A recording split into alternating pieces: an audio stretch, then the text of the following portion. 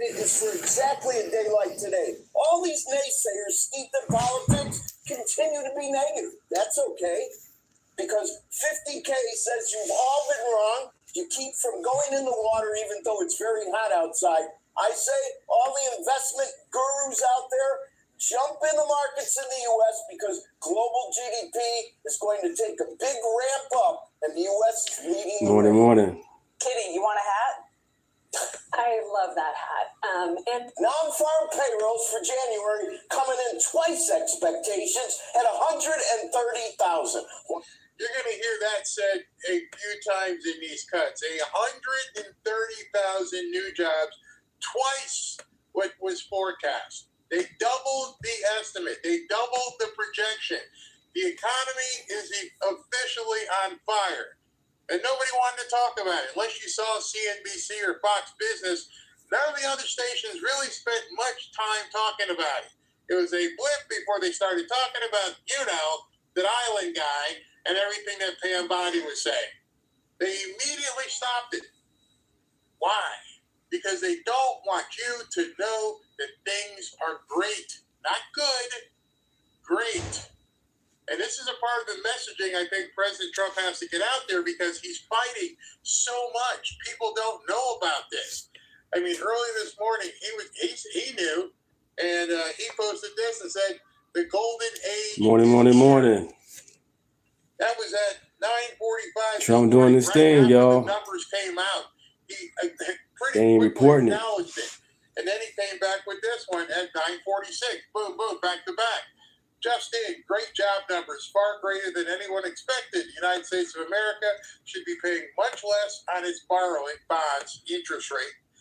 We are, again, the strongest country in the world that should therefore be paying the lowest interest rate by far. This would be an interest cost savings at least $1 trillion per year. Balanced budget, no taxes. But wow, the golden age of America is actually a Morning.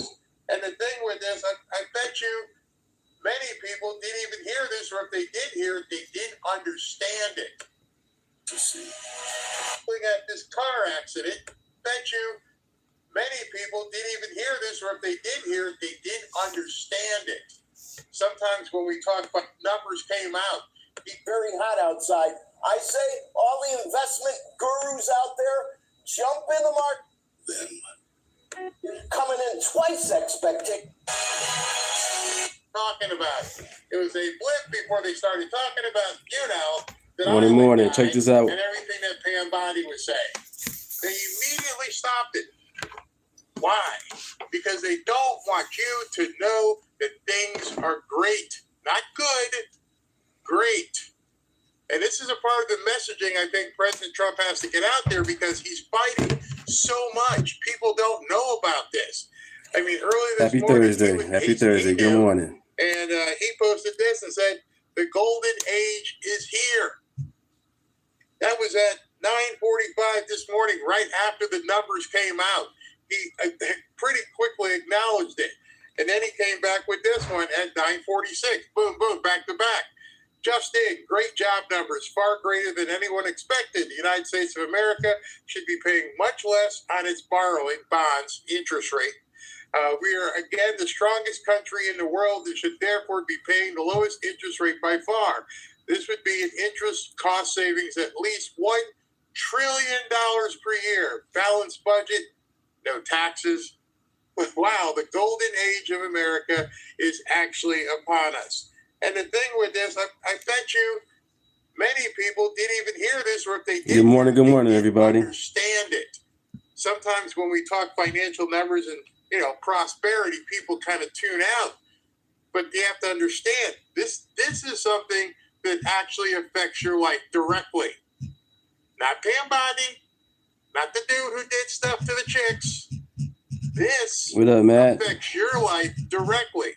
So why would you be spending so much time ogling at this car accident, wondering about the Guthrie grandma, or the women who don't seem to understand that they hold the key to their own prison?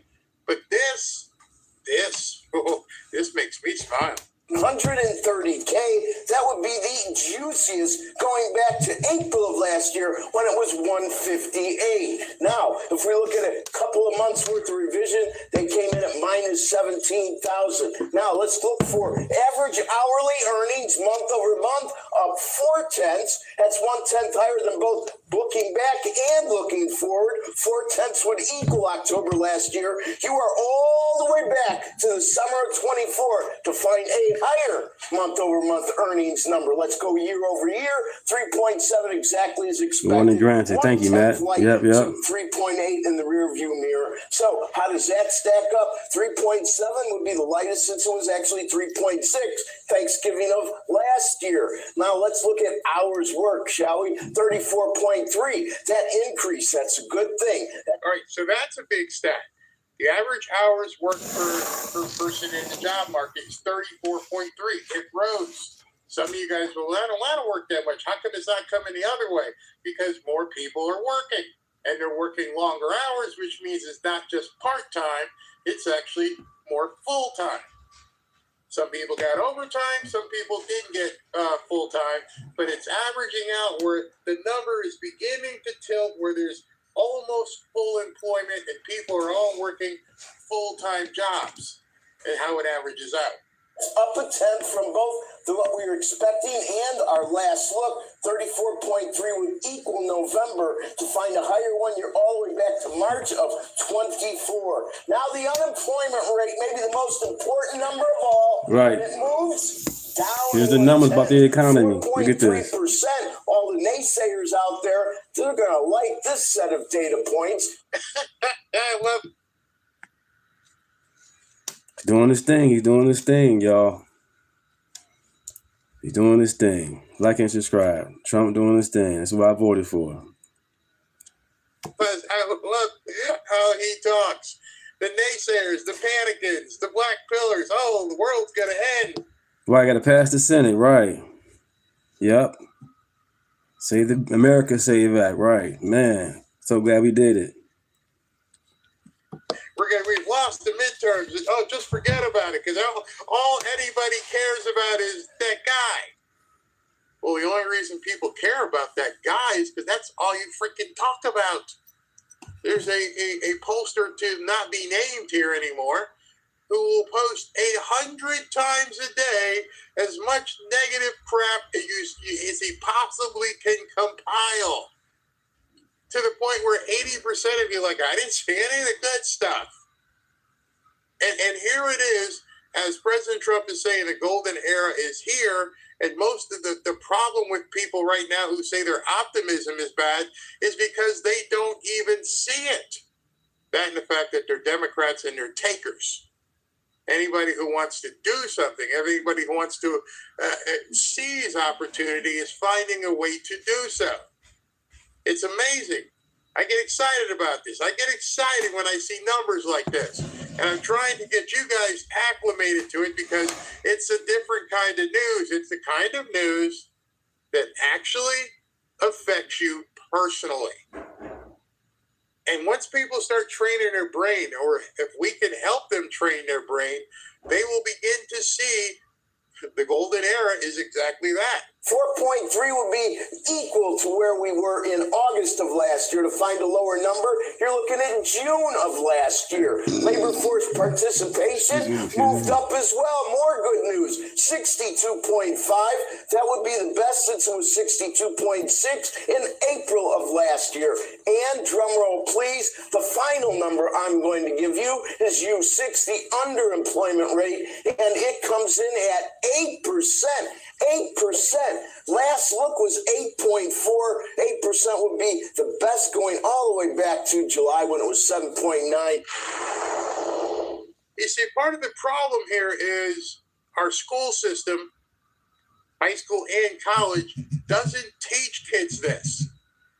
And then you get them to be like they are today, and they're completely devoid of the information. Good morning, Salty. That is Good morning. available to them. And this guy sounds like he's just throwing out numbers, and they have nothing to compare it to. They don't know anything about it. The only thing they know is that they're stuck working as baristas in Starbucks Right. because they're not viable for something Morning, else. morning. Nobody wants your Baroque art degree. And so perhaps you might want to start looking at the things that are going to make you more viable in the marketplace. I was listening to Glenn Beck this morning. It was very interesting. And he was talking to a guy who is an AI developer. And the guy who was talking, Glenn Beck was kind of scared for it, and I was drooling. I'm like, I got to have me some of that. And the guy said, in 2022, 2023, AI had a hard time adding 2 plus 2. Sort of like our high school students right now. Damn. They had a hard time. It couldn't compute 2.2. Then, a year later, it had advanced to the point where it could learn how to do 2 plus 2 and then tell you how you can insert that into different formulas. And so people began using it to help them with, different formulas and computations. And now it has advanced to the point where you can put in different kind of information and it will literally, like last year, it could write you a business plan. Now it can create an entire business. It can do all the reasoning. It can do all the different scenarios, where you need to go ahead and lease a building, how you need to find everything in about 3 hours. And so he was talking about, can you imagine where it's going to be, a year from now or 2 years from now? Right. And as I was listening, Good morning. Thank you for the light. Thank you. Good morning. Thank you. Name is And Deunta. if at my position, all I can do is just think, how much more can I learn? Please, just feed me. I want to be an AI genius because I still want to learn at 65 years old. And I'm thinking, how many kids out there, when I say kids, I'm talking about Gen Z or whatever they want to label themselves, have no idea what to do. How many of you have no idea what to do? You may not even know what these numbers mean. And I think the apprehension is that people don't realize at this point it is necessary to re-educate yourself. Even if you're retired, you are going to have to learn how to re-educate yourself as you see this new economy change right before your eyes. Everything you do will be impacted by AI.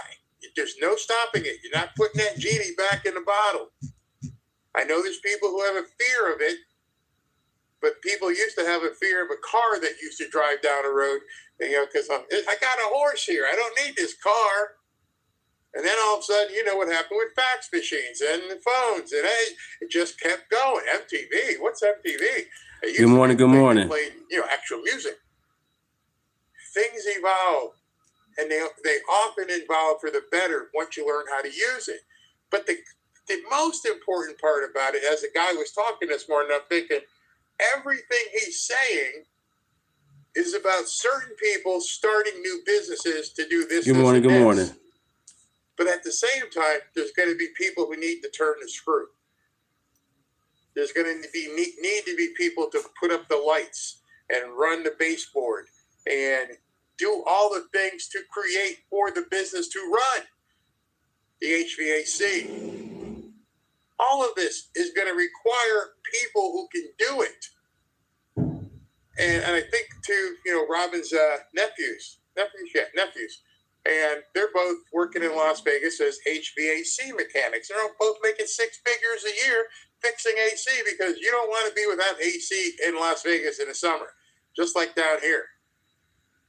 So that the golden era, per se, how things are going to be continually exploding, are going to require more people to do the things that the robots can't do yet. They're coming, but they can't do it yet. And the Democrats are doing everything possible to keep you from looking over there. They don't want you looking on the golden era. They don't want you looking at silver prices and gold prices. I had a conversation with Ashley today, and she's like, you know what? What happens if the Democrats take power? And what we're seeing, it could be likely.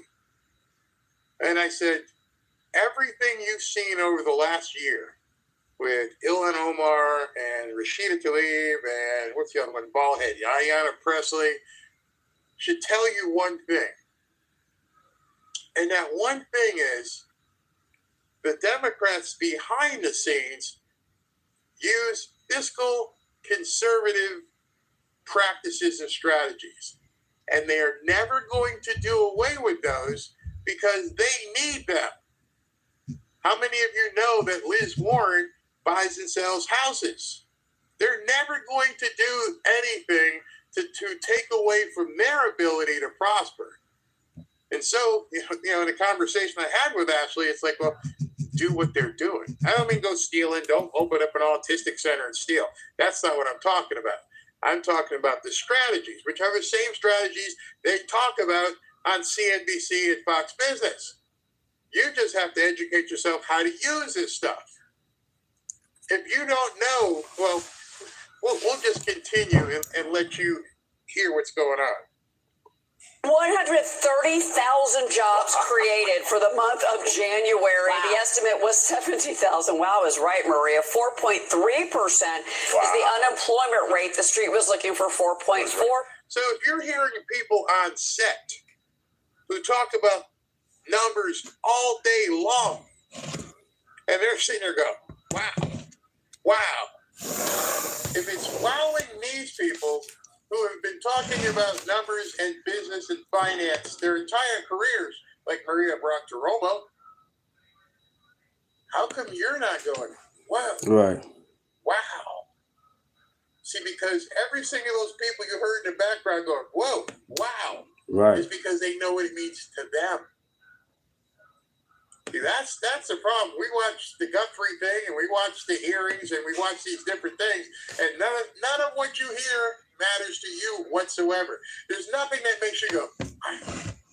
That's crazy. Wow. These people who are knee-deep in business went, oh, wow. Yeah, this is good. This is not the kind of report we expected to see, guys. Let me give you the government jobs picture. That is negative 42,000 on the government side, part of the equation. Check this out, we saw that in the reports previously. All right, so I wanted to stop there because this is the part where the Democrats start poo-pooing everything, and you don't have the information to say, what do you mean? That's not a bad thing. It's not a bad thing. When you look at what exactly has happened, under President Trump, federal employment has declined to its lowest level. Good morning, everybody. Good morning. It's not a misprint. Thanks for joining the chat, everybody. Good morning. 1966. We're in 2026. In 60 years, we haven't seen the diminishment of the federal workforce the way we have in less than a little over a year since Trump's been in office. The lowest level in recorded history as a share of total workforce. And when you look at this chart and you see it's been way up here and then bam, that's not by accident. That's by design. Get these bodies out of Washington. Get these bodies out of here from sucking the teeth of people who they only exist because they're just DEI, just sitting at a desk somewhere, stealing your money, not doing anything, not even showing up. And President Trump has basically said, you got to go. Steve Moore says, January jobs report private hiring surges, government jobs shrink. And then, when you look at the actual charts on these things, it blows you away when you see the difference. When you see below the line is where government jobs is. See, government doesn't need to be as big as that is. People need to leave the government and go find a job elsewhere. And so that's what the Democrats just focus on. Oh, it's the lowest level on purpose. This is why it's like almost a boomerang effect, because these people were working in the government just siphoning off money, and now all of a sudden they got to get their butts in the morning and go to work, just like everybody else does. Geiger Capital had posted this. This is insane. The number of federal government employees is now at its lowest level in 60. He said 50. It's literally 60. It dropped off a cliff after Trump was elected. This is what you voted for. You specifically wanted him to, drain the swamp. Drain the swamp just didn't mean the people in the deep state. It meant everything in the swamp. Pull the plug. Right. Let that water drain. It's working. It's Right. happening. I'm with it. Problem That's what I is voted not for. enough people know it. Good morning. 60 years. The lowest in 60 years. Yeah, I mean, you seriously have to let that kind of stuff sink in. And, I'm not going to read this one because, my gosh, it's long. This is Caroline Levy. And she posts this because nobody's talking about it. Right. All these And if distractions. you follow her on X, she goes through And we a actually doing litany good. of things that are We doing happening good. in the golden era. Dow Jones went over 50,000. National median rents now at a 4-year low. Mortgage affordability, which we're going to talk about, is surging. I did an interview today. And I'll be showing it tomorrow. She's a Gen Z reporter, and I said, what's affecting people your age and your demographic? Well, affordability. And it was very interesting. You're going to hear this in the interview. And I said, what is it you can't afford? Well, they say, that was my first indication. They say, you used to be able to buy a house at 40. Now it's like 50 or whatever. And then because you open the door, tell me exactly what is precluding you from buying a house. Crickets. It's because just like you're watching CNBC and Fox Business Cuts, they don't know. They've just glommed on to a catchphrase. That's affordability. We can't buy a house. And I've told you many times, I could parachute into any city in the country and buy a house within 5 or 6 days and really not have to put much money down, if any at all. Why? Because I know how to do it. That's the problem these people are having. And because of that, they're not understanding all this stuff. U.S. manufacturing activity expanded. You heard Howard Lutnick talk about that. Consumer sentiment, third quarter GDP, gas prices. It's 17 of the top 20 metro areas with the largest migrant populations. Homeless prices declined year over year, and on and on and on. Good morning. Good morning. And nobody is talking about it. They have been successful in getting the media to make people look away. These hearings today were a complete joke. And it is a round-robin attack. All right, thank you, attack. Thank you, attack. And it's such theater. I can't even believe people, pass the clips around. I can't even believe I sat through 3 hours of it today. When I was off screen, I just sat back and go, is there anything else I can be doing right now?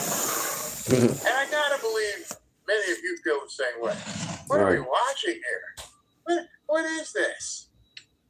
These are the people that are elected to run this country, and they sound like sophomoric bad girls, mean girls, whatever it was called. It's incredible. Makes no sense. But then I step away and I start looking at the good stuff, and I start smiling.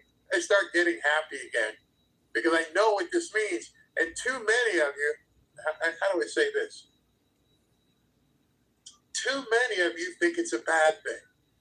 You know, it's a bad thing. A bad thing is to be washed with all the crap that you hear because it just brings you down. A bad thing is to be subject to the programming that they put upon you that makes you think things are so bad. When people have asked me directly and they say, how bad is it? Like, I don't even know what the hell you're talking about. I don't know what people are exposed. Oh, Barry, well, you got money. Not that much, but I want more. And so to do that, I know I need to do different things to make sure I can continue to provide for my family. It's not a bad thing. You've been conditioned to thinking it's a bad thing. The church where we go to, here let me drop some science on it. The church that Robin and I go to is expanding. They just bought a building from Macy's for like $30 million. Amazing. Right here in Boca. Let's switch it up.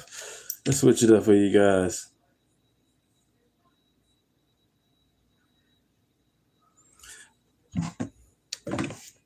Yep. Let's see. 17-year-old female by the name of Jessie. We have a history of police attendance at the family residence. Some of those calls were related to mental health issues. All right, Salty man, have a great day at work, man. Gotta talk about it. Have a great day at work. Enjoy. God bless. Story that liberal media outlets like CNN and BS Now are probably going to avoid, right? They're probably going to avoid talking about this. They may talk about it a little bit, but they'll spend most of their time boo-hoo, whining, crying about Trump, talking about Epstein, talking about a whole bunch of stuff that, in my opinion, is not as important as a story like this, okay? A story that does not fit multiple liberal media narratives that they want us to believe. A story involving a transgender Canadian school shooter who slaughtered 8, including mom and stepbrother, seen holding rifle in eerie photo. Yeah, so this story involves an individual, an 18-year-old by the name of Jesse Van Roetselaar. I'm not sure if I pronounced this person's name correctly, but Jesse here had dropped out of the high school about 4 years ago, earlier before C-Wang, right. shooting. Jesse is a biological male, but has been living as a transgender woman. Now, Jesse has a history of mental health issues, but somehow, some way, in a country like Canada that has very, very, very strict gun laws, got access to a firearm and then committed a mass shooting. So we're already seeing multiple liberal media narratives broken here. Oh, wow. Right? Already. I don't think so. No type of discipline. One, again, we have a transgender individual. We're not supposed to say that. We're not supposed to acknowledge that. Apparently, that is hate and bigotry to say that. Now, again, if this individual was just a straight white Christian male, the liberal media would make it mandatory to acknowledge that it was a straight white Christian male. And if it was a Trump supporter, they would definitely tell you that it was a Trump supporter, right? But because, again, this person is transgender, we're not supposed to say that, right? We're not supposed to acknowledge that.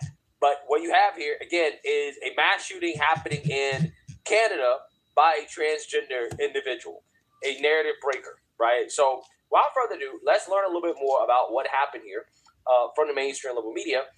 And then we're going to get into law enforcement, because the law enforcement authorities who are handling this case, they're embarrassing themselves, right? They're humiliating themselves, trying to adhere to woke ideology while covering this situation. So without further ado, let's go ahead and get into it.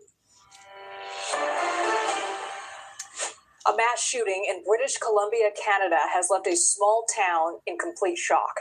Police say the shooter killed at least 9 people at a school and in a home about 400 miles west of Edmonton. More than 24 others were hurt. The alleged shooter was also found dead. Let's go to CBS News correspondent Chanel Call. Chanel, what do we know about the suspect? Yeah, there's so much to break down here, Liz. As you know, I'm Canadian. You mentioned Edmonton. I actually lived there for 3 years, and that is in a province called Alberta, which is crazy. To British Columbia, where, of course, this mass shooting happened yesterday. So today, we heard from authorities. They said that they got the call at Timber Ridge Secondary School at about 1:20 in the afternoon. They said that right after they got that call, they activated and they were able to get there on the scene in about 2 minutes. So, Liz, they say when they got there was active gunfire. Those officers, Liz, they went inside, and then within minutes, they say they found the shooter dead with a self-inflicted gunshot wound. They also say that 1 teacher and 5 students between the ages of 12 and 13 years old were also shot dead in that shooting. And they also say that before the suspect actually got to the school, Liz, they believe that the suspect killed their mother and brother at the family's home. Listen. Wow. So the suspect is identified as an 18-year-old female by the name of Jessie. We have a history of police attendance at the family residence. Some of those calls were related to mental health issues. I'm not trying to be too circumspect, but police have attended that residence in the past, approximately a couple of years ago, where firearms were seized under the criminal code. I can say that at a later point in time, the lawful owner of those firearms petitioned for those firearms to be returned, and they were. So as you heard there was some discussion about the suspect's mental health issues leading up to this shooting at the family home and at the school yesterday. But at this point, authorities have not pointed to any possible or potential motive in this case. Wait. I think we all know at least one potential motive behind what happened here, right? We all know that this person was not mentally sound, right? I think everybody agrees that, hey, when an individual like this goes and shoots up a school and kills his mom and stepbrother, also at the same time killing himself, right? I think everybody can agree that that person's not right upstairs, right? Not right upstairs. That's crazy. Pray, man. Pray. Okay? That should never happen. Throw in the fact that this person apparently has some gender identity issues, and then you're really getting into uncomfortable territory for the mainstream liberal media and for the Democrats, right? And the liberals, the woke revolutionaries, including those in Canada, like this guy, Dwayne McDonald, who is the commanding officer, amazing, right? Deputy commissioner, who is handling this tragic situation, okay? He is going to humiliate himself doing this interview, answering questions where he's going to go out his way to defend the gender identity of the mass shooter. So without further ado, let's go ahead and get into this. If you have questions, I'm prepared to take them at this time. Officer. Yeah, that's crazy. It's only two genders, y'all, male and female. That's crazy. And this officer gonna sit there and try to push the bogus ass agenda. That was a young man that did it. Period. That's crazy. We're going to dig up from Global News. Could you please expand a little bit on the suspect? Was he known to police? Were there any red flags regarding his mental health? So the suspect is identified as an 18-year-old female by the name of Jessie. Incredible. Absolutely incredible. That is a lie. How castrated of an officer do you have to be to go out of your way to defend? Oh, Glory, good morning. You're right. Like, ultimately, this individual was a biological male. The reporter was correct, right? Thank you for the likes. With the question. Subscribe. And thank you. This guy says this was a female, right? Female refers to biological sex, okay? What really bothers me about these leftists is that they play these games. They claim that, no, gender. Yo, good morning, God bless.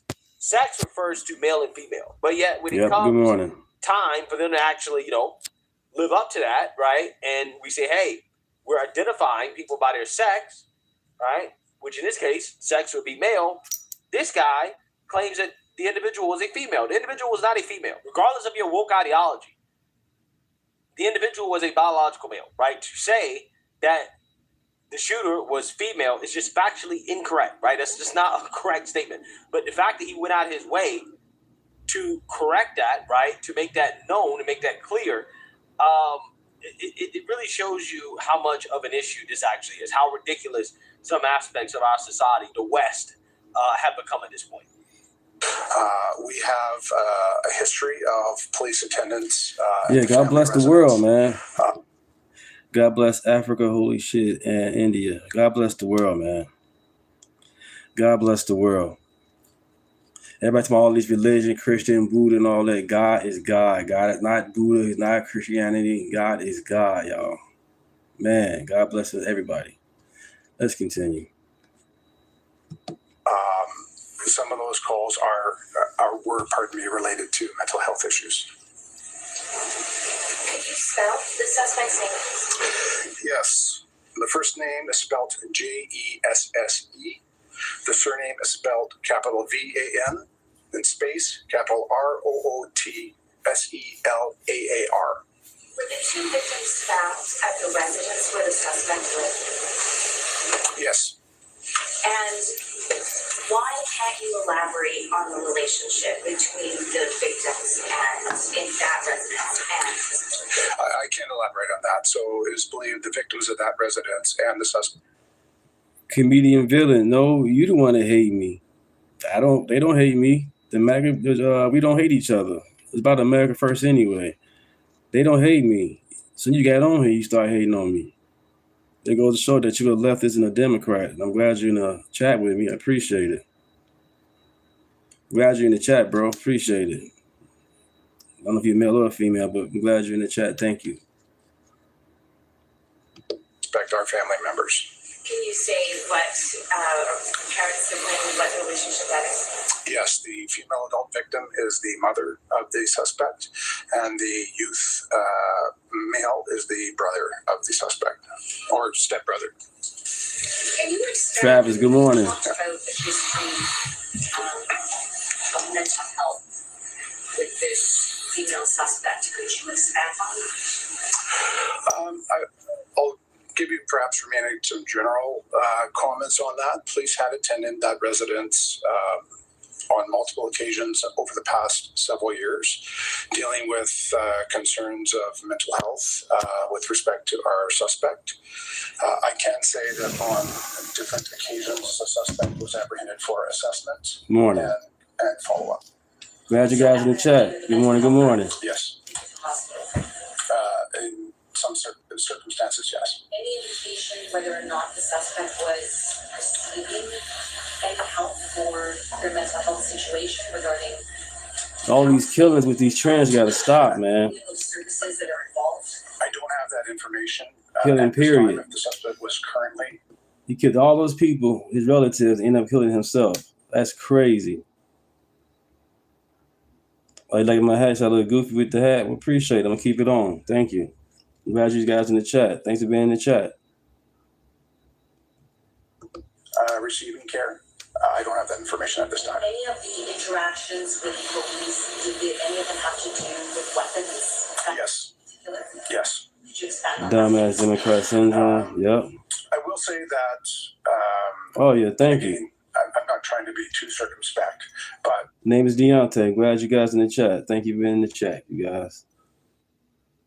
Let's continue. police have attended that residence in the past, approximately a couple of years ago, where firearms were seized under the criminal code.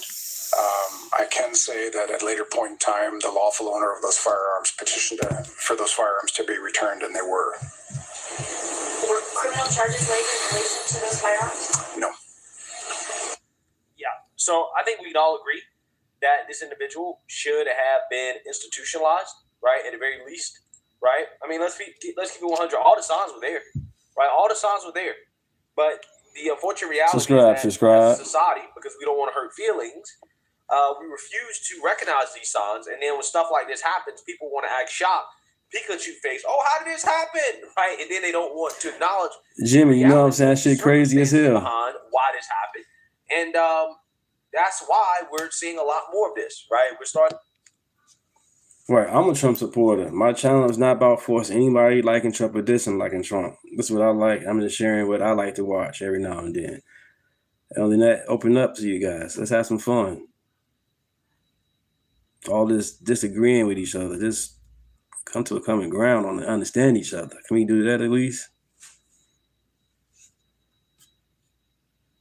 Starting to see it more and more and more, even in countries like Canada, where they have these strict gun laws, where this is not supposed to happen, right? This never happens, according to the left, until it happens, right? And it really goes. Yeah, to man, great that, to me. hey, you know, you I got a YouTube channel. You guys right here with me. I appreciate it. That crazy individuals can't get I got access. a YouTube channel. I'm monetized. Right? Life is This great. situation, You know what I'm the saying? crazy individual did. Appreciate you guys being in the you chat. know, Let's they continue. ended up committing a mass shooting, killing themselves, killing family members, and is all around The Ku tragic, Klux Klan right? It's very tragic. was the Democrat Party, not the Republican Party. And don't say it switched. It didn't. The reality of the circumstances behind these types of situations. You know, unfortunately, we may see more of this, right? If we don't acknowledge that, hey, some of these individuals, right, who are showing signs of mental health issues, subscribe. hey, they need to be institutionalized, right? We need to get them some serious help. Subscribe, everybody. Thank you, guys. Subscribe. Instead of, ignoring it and pretending as if, hey, I'm this an stuff idiot. Thank you. is totally normal, right? So let me know what you guys think. Make sure you like, comment, and subscribe. Most importantly, share a Black conservative perspective. Peace. On this vote, the yeas are 218 and the nays are 213. The bill is passed without objection. A motion to reconsider is laid on the table.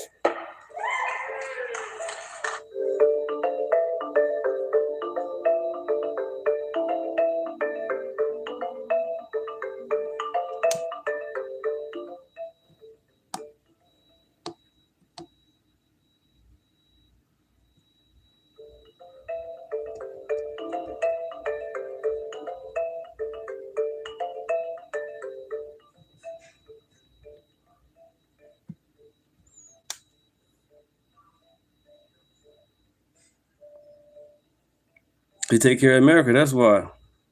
America first. Getting it, you know what I'm saying? Getting immigrants up out of here.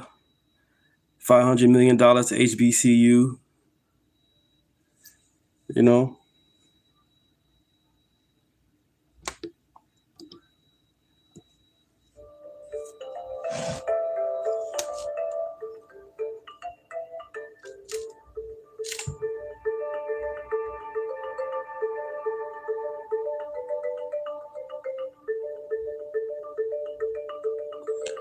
No problem, comedian.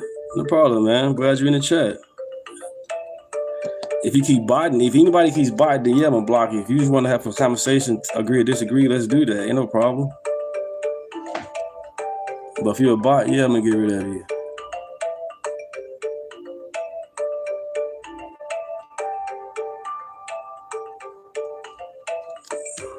And it's time for Lefty's Losing It.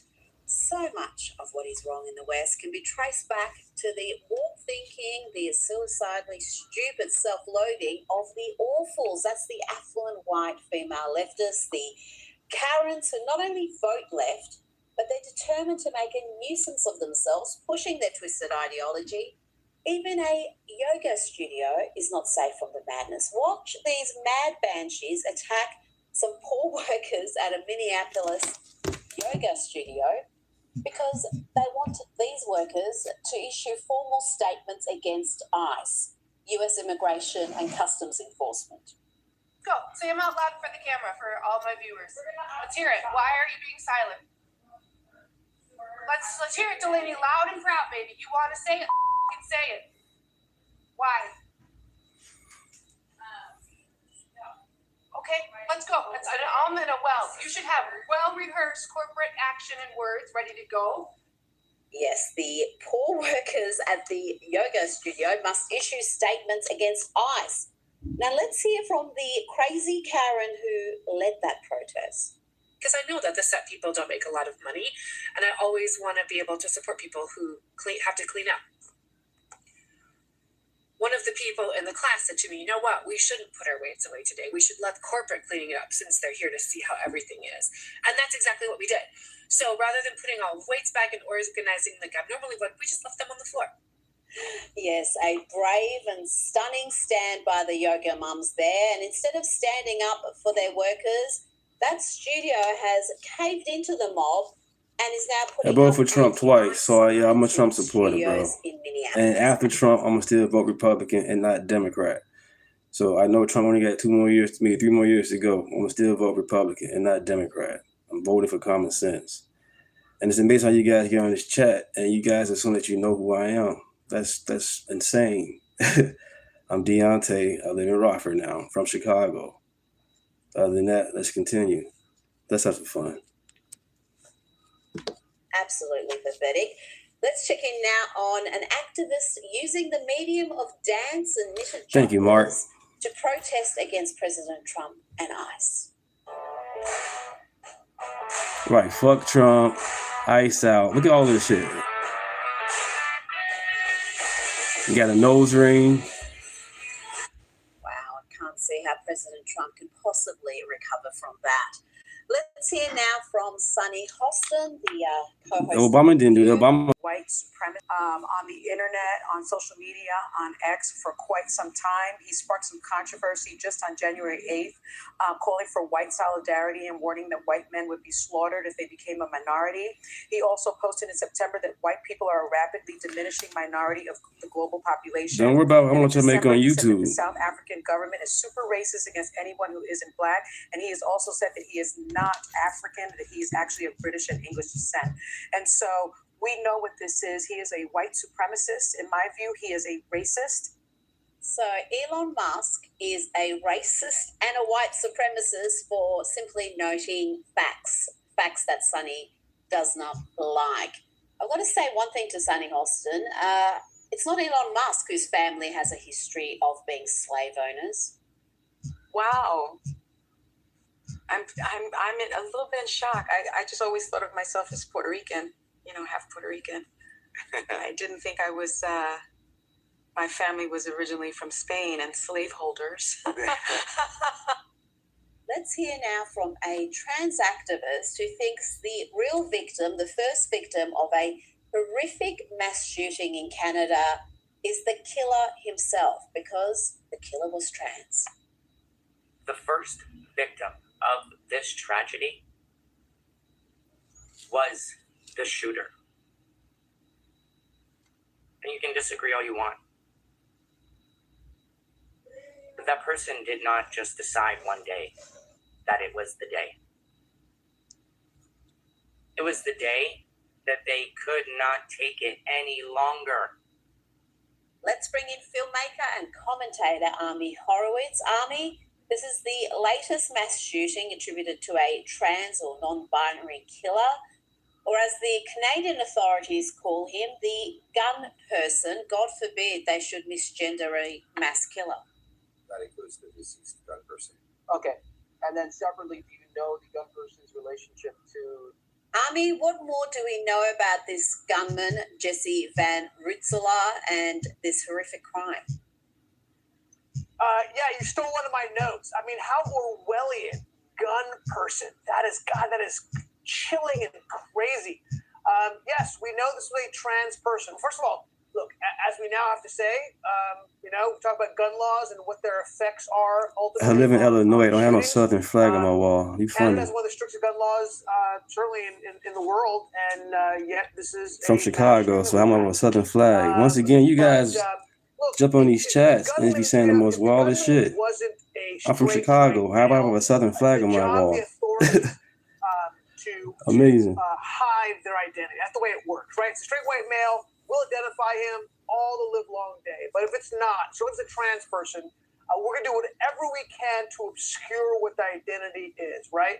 And look, I had, like I always do, I do show prep, and I did my research with AI, and we always have those fun AI stories. I asked, well, what percent of school shootings we've had in the last 5 years have been from trans people? And it refused to give me a number. It kept saying it's a very, very low number. I swear it would not. I had to list every single one of the last 5 years mass school shootings and individually go through them. And what's the answer? There's been 5 in the last 5 years, and 2 of the 5, 40%, have been people who are trans or non-binary.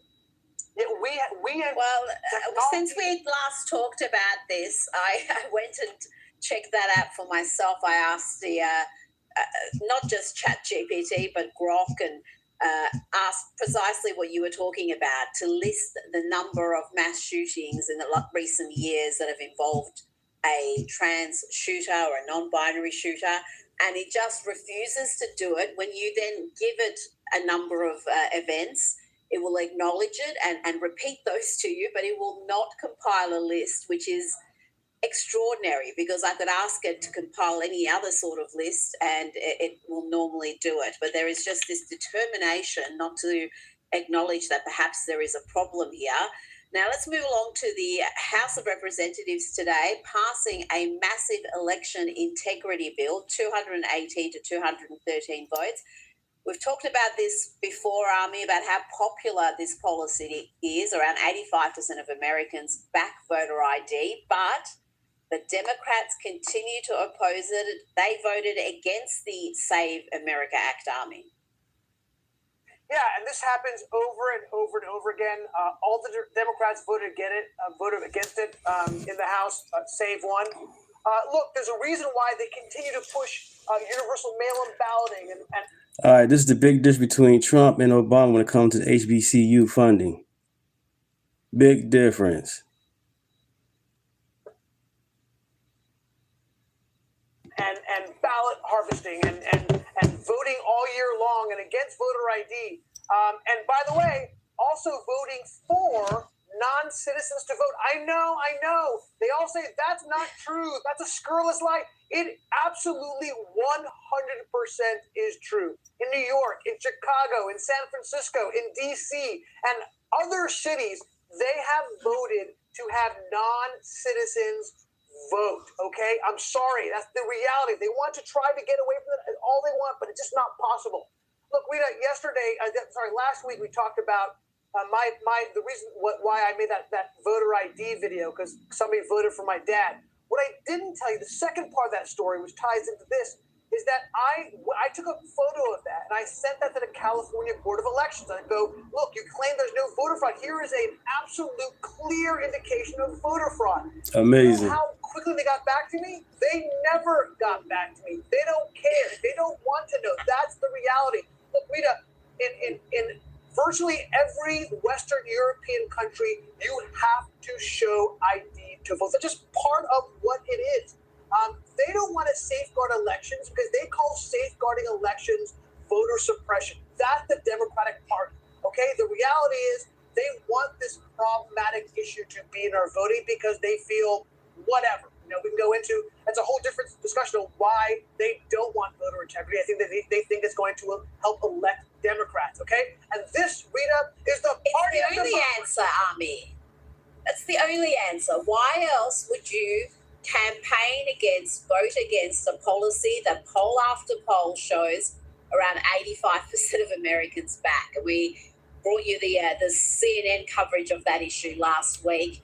The polling on this is clear. This is almost it's not even an 80-20 issue. It's close to a 90-10 issue. And yet the Democrats are staunchly against voter ID.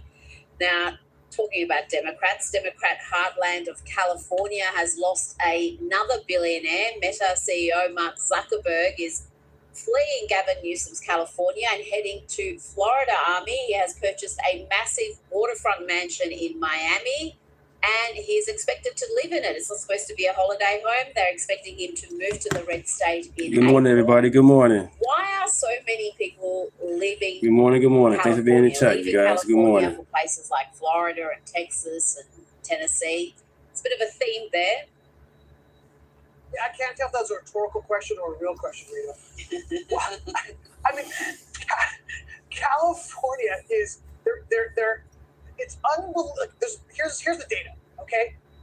In the last 10 years, 10 Magnus, thanks for joining them. Thanks for joining the chat, Magnus. Good morning. Including dozens of billionaires like Mark Zuckerberg, taking with them all their job creation, all their innovations, all going out the door to the states who are welcoming people. Of course I know they are, bro. Come on, really? Thanks for joining the chat. California, you know, the greatest stat of all is that if you want to rent a U-Haul one way from California to Texas, it is 4 times more expensive in that direction than Texas coming back because no one is doing that. Good morning. Good morning. This hurts my heart. It does. As you know, I am a long Cyber, he did not remove nobody's birthday or Juneteenth. What is he talking about? Do more research. Okay, and it pains me to no end to see. Isn't this February? Isn't this Black History Month right now? And one of the main drivers of didn't January just pass? Leaving is because they've been pushing, and now they're about to possibly pass. Martin King King's birthday. Didn't his birthday just pass in January last month? To be clear, what that is, you're talking about real estate holdings for businesses. You're talking about owning the ownership of businesses. You're talking about stock portfolios. And for those who don't understand what that means, that's not an extra 5% tax on your earnings. What that means is if you own a business that you haven't realized its gain. So, Cyber, have you been going to the national park? Have you even been? Valued at $1 billion, right? right? And I was told there wasn't going to be any math on this interview, but I guess there's going to be. You're talking about tens of millions of dollars that you have to pay because you have a business, or if you have stockholders, you haven't realized the gains in your stock. It doesn't matter if you don't have that money. You have to pay that in taxes. No one can do that. Okay, that is a horrific albatross to have on you. And what that has done is driven people away. Now, they've tried wealth taxes all over the world, and they have all failed spectacularly, okay? And to be clear again, the rich don't pay their fair share, right? How often do you hear that? Okay, a couple of statistics, which I think is really, really helpful here, is that the top 1%, I'm going to read the notes because these numbers are important. The top 1% of earners, right, they pay 40% of all taxes. They earn 20% of all earnings, yet pay 40%. The bottom 50% pay 3% of all taxes, but earn 13%. Okay, the bottom 50, I'm sorry these stats, but they're important. The bottom 50% pay 4% of their income in taxes. Okay, and the top 1%, they pay 27% of their income that they get in taxes. So you tell me, the rich don't pay their fair share. The rich are carrying DEI, didn't earn it. Earn your shit. Trying to make them flee and leave. And by the way, if you just We got to remove DEI. Get rid of that shit. leave the country also because they just simply can't earn afford your to do shit. As long as when they move Because to you black, those yeah, you got to red get a job states, because you black. and No, that's get the similar job because you earned it. from New York as well, Whatever to color places you like are. Texas and Florida and Tennessee. Just don't keep voting the same way that you have, because a lot of these people fleeing California keep voting Democrat. That's crazy. Yeah, I'm glad he got rid of DEI. As a YouTube content creator, it took me a couple of months to get where I'm at. I'm monetized. And a lot of people that does that, they not monetized at all. They can have thousands, millions of subscribers, but they're not monetized for their videos. They're not getting paid for it.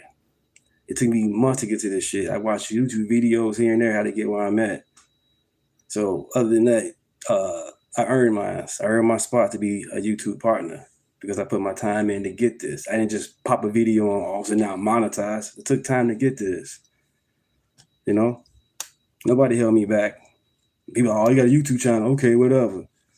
Guess what? Now I'm monetized. I have my own brand. Thank you, guys. Let's continue. In their new home state. Army Horowitz, thank you so much for your time tonight. Always a pleasure. Shit, YouTube pays. The fuck? It sucks to you because you want to grind. I did. I don't understand you guys. All this hate. Makes no sense.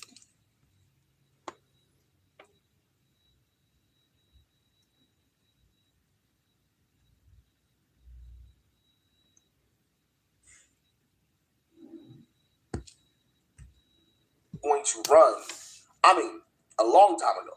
Long time ago. So we have to talk about the Senate race in Texas between, obviously, you got Jasmine Crockett. You have Thank you, Travis. Thank you. Thank you, guys. Thank you. You have Ken Paxton. You have John Cornyn and Hunt. I can't think of his first name. But, yeah, let's talk about it a little bit because we got some new polling.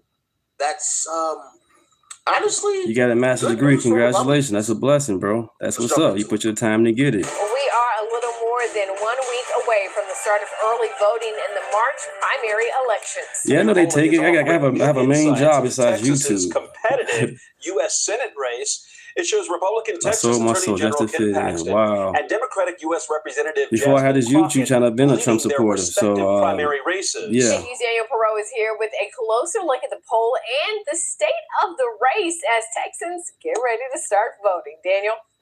Yeah, that Wesley is his first name. Now it came to me. Wesley Hunt is the third Republican that I couldn't remember his first name. New polling was conducted late last month by the University of Houston's Hobby School of Public Affairs. It surveyed 550 likely Democrat and Republican primary voters. It showed that Ken Paxton is leading the incumbent Senator John Cornyn by 7 points and Congresswoman Jasmine Crockett ahead of State Representative James Thank you. Subscribe. Good morning. Good morning. Outside the margin of error. It is interesting because some other recent polls have had both those races as neck and neck. For candidates and campaigns, it's the home stretch before early voting. You only have about a week left to make sure that you can reach all of those voters. A new survey of likely primary voters by the University of Houston shows Attorney General Ken Paxton leading Senator John Cornyn 38-31, with Wesley Hunt in a distant third place at 17%, 12%. Stick around. We're going to be talking about this group some more later on in the video after we get past this. All right. So stick around. Stick around. Are not decided. It's a virtual certainty that we're going to have a runoff in the Republican U.S. Senate primary. The only question is who are the two people in that runoff? According to the survey, Paxton has an advantage in a runoff. Do more research? I will. Ain't no problem with that. I don't know everything, and I'm never here to say I do. Make them more likely to support a candidate. So far, he stayed out of the race. He could, if he wanted to, boost Hunt into that runoff. Other than that, MAGA, baby. MAGA. Senate. On the other side, 47% of likely Democratic primary voters say they support Jasmine Crockett over James Tallarico. Crockett led Tallarico in most key demographic groups, except for white voters and those who have an advanced degree. Overwhelming majority of African American voters intend to vote for her. That's what's up. You're independent. That's what's up. I'm independent too, but I'm still vote Republican. Democratic primary. In the survey, Crockett has a 7-point lead among Latino voters overall, and a 20-point lead among Latino women, while Tallarico has a 6-point lead among Latino men. We're in the Democratic primary, where 60% are women and 40% are men. In a head-to-head general election matchup, both Paxton and Cornyn pulled ahead of Crockett by 2 points. Paxton does slightly better than Cornyn against Tallarico.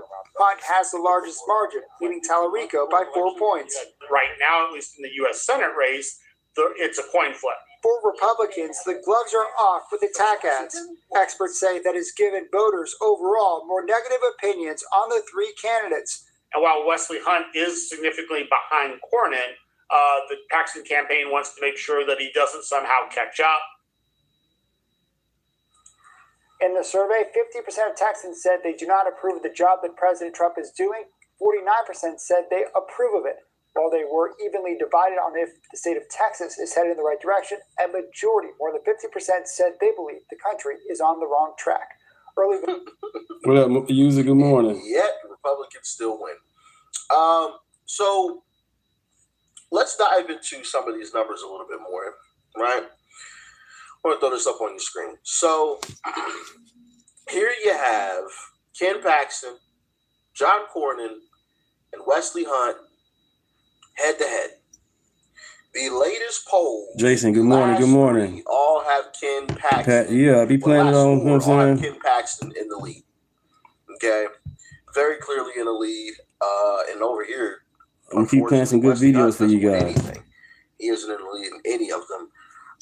To be quite honest, I don't even know why Wesley Hunt even got in the race. I think that's a little suspicious. But like I said, we'll jump into that a little bit later. Dive more into that a little bit later. Now, over here on the Democrat side, we have James Tallarico and Jasmine Crash Out Crockett. Okay? In the latest poll, USA. But a month ago, it was flipped. Now, what has happened since then is James Tallarico, he's had that old Democrat trick pulled on him. You know, he's been called racist. Yeah. Well, that's all Jasmine saying. Racist, and all that other bullshit. He ain't passed no bill, had done nothing in Congress at all, but just ran her fucking mouth. Period. And her education ain't all that either. Period. Fuck out of here. He's gotten a taste of his own medicine, and it seems like it's worked, right? It seems like it has worked because he went from comfortably in the lead to pretty far behind, right? And the only thing that has happened is he's been accused of being racist since that time. So, yeah.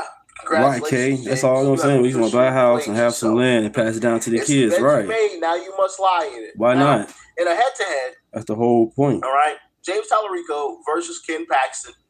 You see here, we typically have about a 2-3 margin here. There's a 1 there. But the latest is a 2, right? 2 points ahead. It's basically the same thing with John Cornyn. You got a 1, you got a 3, you got a 3 there, right? These ones are actually pretty old. These ones are from last year, so we'll only just go with the top 2. Amazing. So you got 3 and you got 1. Hunt has a little bit of a bigger gap. Thank you. Let's grow together. Let's grow. Paxton, grow and learn wins. together. This one says it's a tie, the Emerson poll. But the latest poll, the Houston poll, has him up 2. Same thing with John Cornyn, and Wesley Hunt has a lead of 3. Now, I know what you guys are probably thinking. Well, Wesley Hunt has a lead. Why don't you want him? Well, my thing is, so Ken Paxton announced that he was going to run. I mean, a long time ago. Long time ago. He's been in the race. I remember it. And Wesley Hunt just came out of nowhere. Just came out of left field. And to me, and I could be wrong.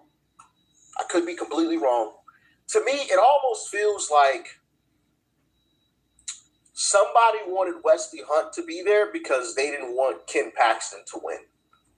Because Ken Paxton was comfortably beating out John Cornyn. And then Wesley Hunt hopped in, and then the gap became a little bit closer. So I don't know. Take that for what you want.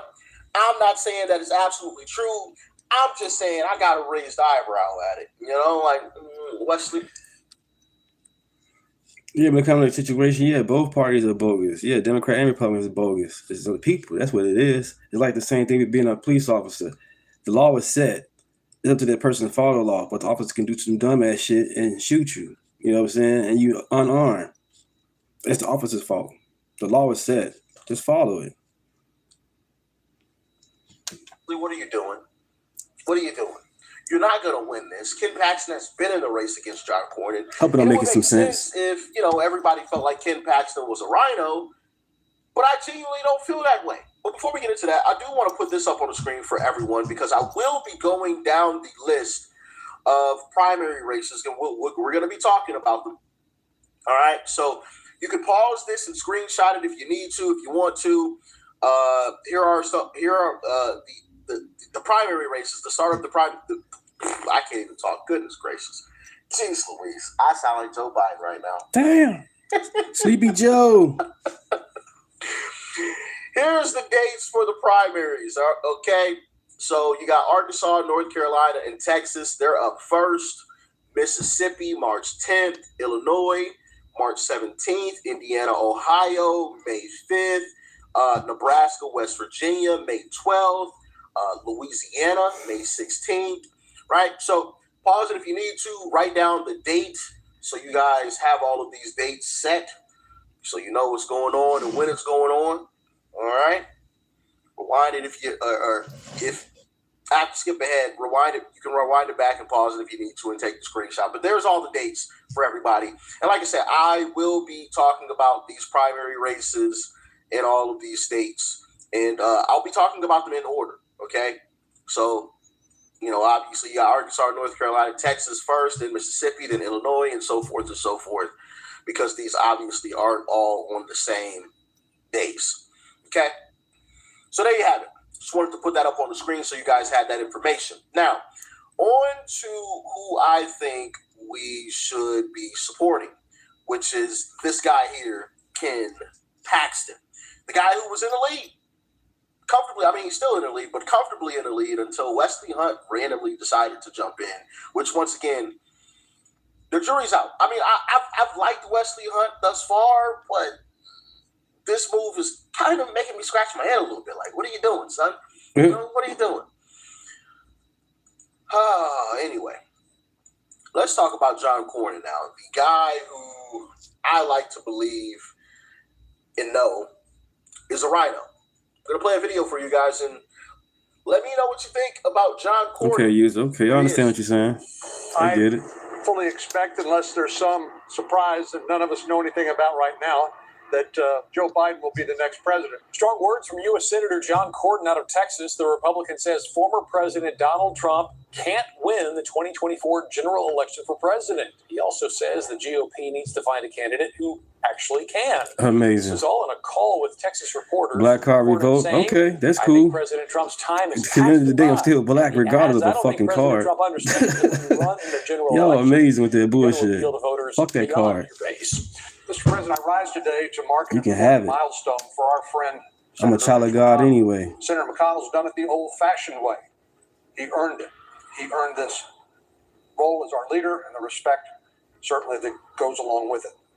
But more than that, he's You're right. It don't work no more. This shit's what a stupid. senator ought to be. So thank you, Senator That's the McConnell, problem for now. your Everybody example. is stuck in the past.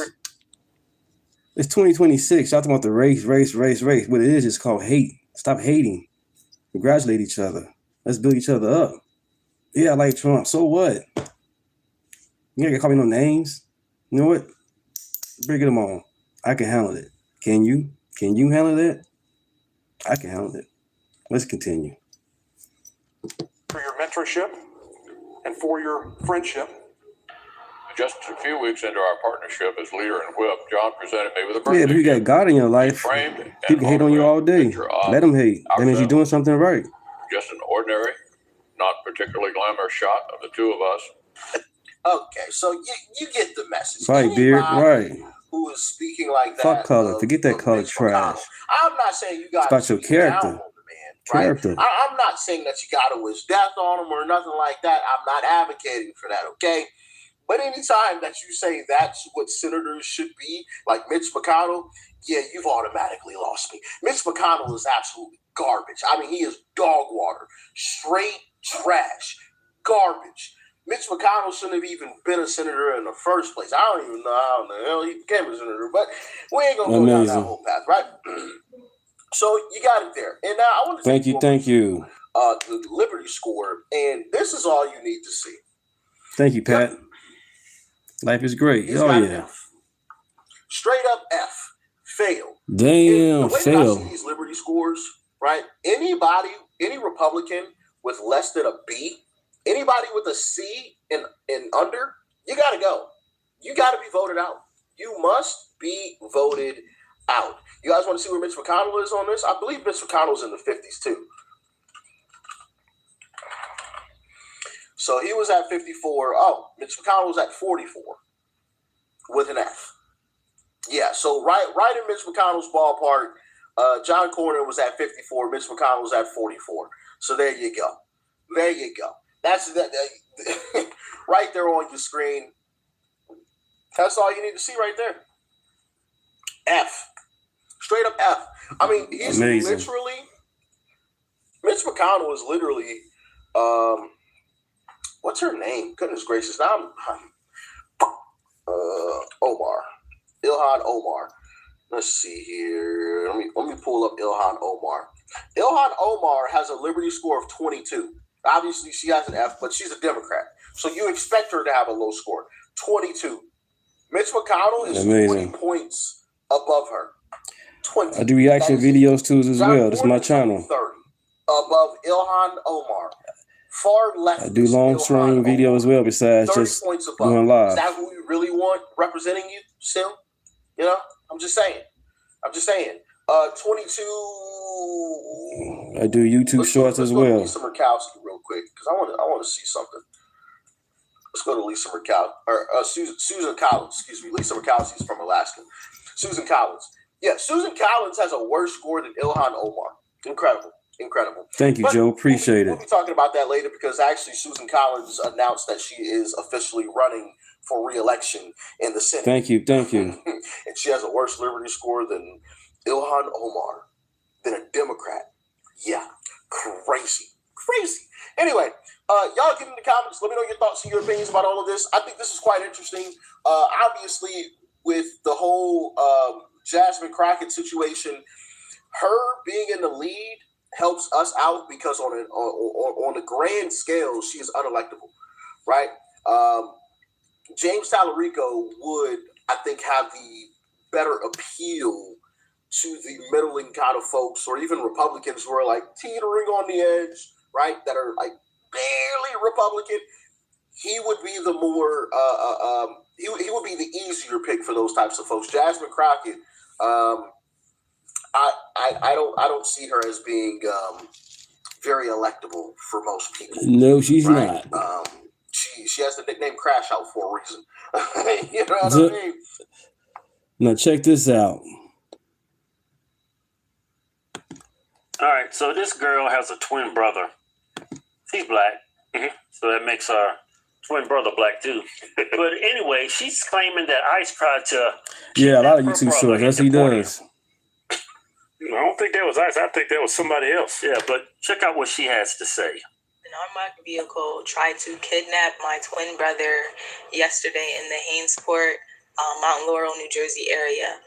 Yesterday, I made a video and posted it to bring awareness. I asked that you guys please go to that post, comment, like, repost, tag the news stations so that we can bring awareness to what's happening in South Jersey right now.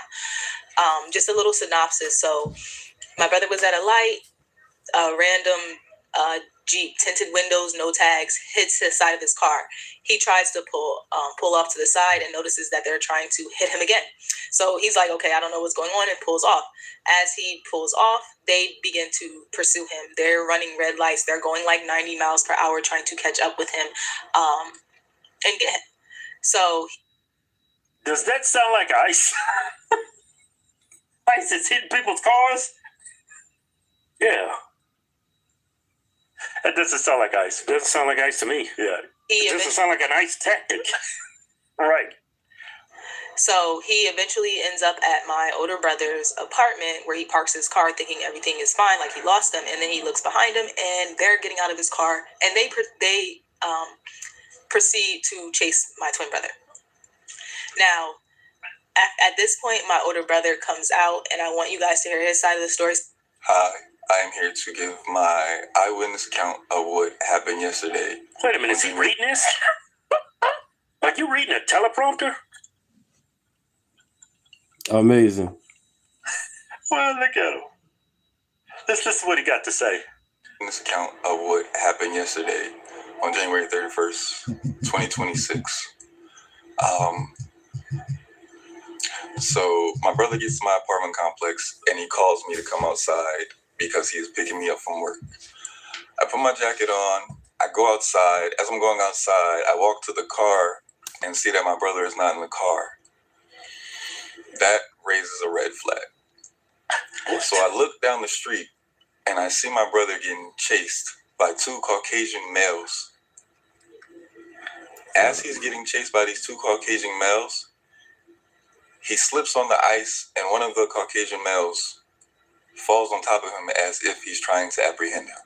I spring into action immediately. I run, literally, a 4-2-40. And I, Ray Lewis, tackle that man off of my brother. Idiot. In doing that, the Caucasian gentleman who I tackled off of my brother tells me to my face that my brother has left the scene of a crime. Me? Hit and run. That's what I'm thinking. But I don't think that's ICE. Y'all came in. Y'all need to get y'all story straight. Y'all say ICE is chasing him, and then you tackle one of the Caucasian males that was on top of your brother like he was trying to apprehend him, and he said, hey, your brother fled the scene of a crime. Yeah. He not knowing any information of what's going on and just had seen two Caucasian men in plain street clothes chasing my brother, I respectfully told that Caucasian man, IDGAF, this is my brother. Ice, ice, baby. Leave him alone. Stand with ice. Yes. Ice in. Straight like that. I got my brother off that ice. Ice we in. left. They tried to stop us. We got away. ICE tried to kidnap my brother. ICE tried to kidnap my twin brother. And dressed in. So they kidnapped your brother. Are they gonna hold him for ransom? Stop it. And regular jeans and a regular shirt and a regular pickup truck tried to sideswipe my brother. When he didn't ICE stop, got him for ransom. They continued to pursue him because they were trying to kidnap him. Mind you, he is a Black American citizen.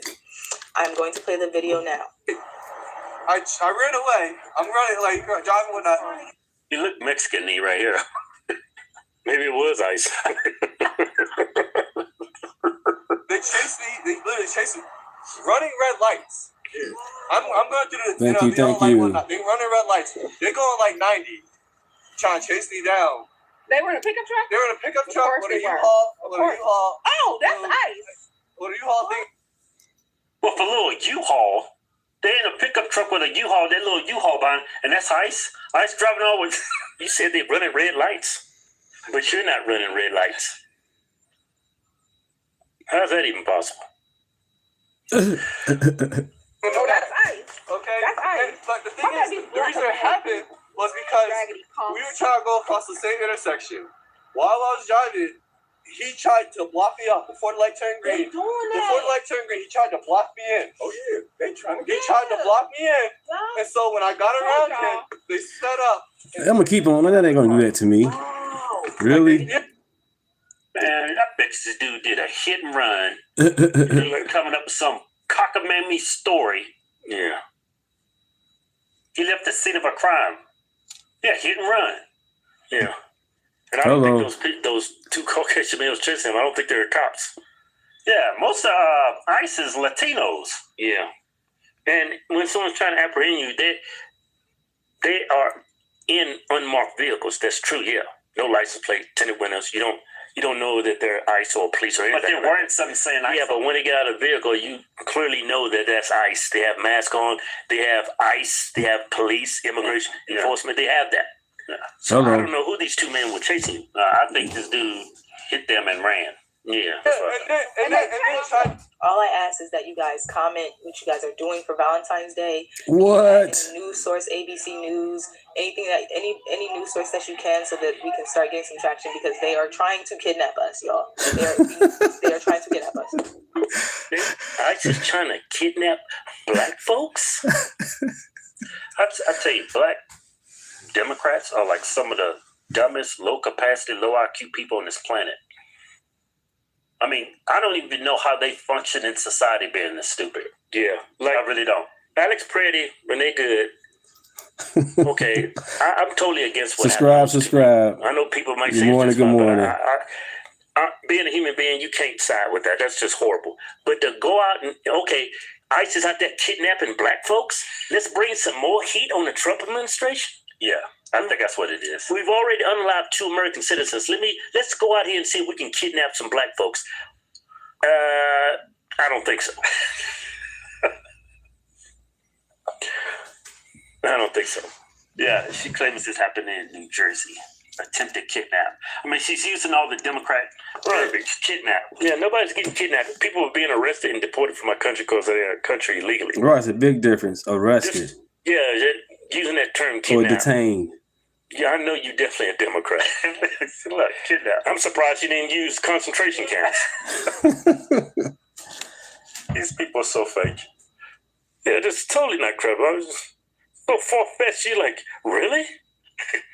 What does the Trump administration have to gain by kidnapping actual black citizens and deporting them? Especially with that video that went up on his Truth Social today. Thank you, Michelle thank Obama you. and Barack Obama as monkeys. Damn. That was nuts. Trump didn't post that. That was one of his staff. Yeah. Trump is not using AI to put the faces of the Obamas on chimps and monkeys and. Yeah, this story is bogus. Yeah, it's not credible at all. It's people up there saying ICE is kidnapping black American citizens. Where are they taking them? To Africa? To which tribe?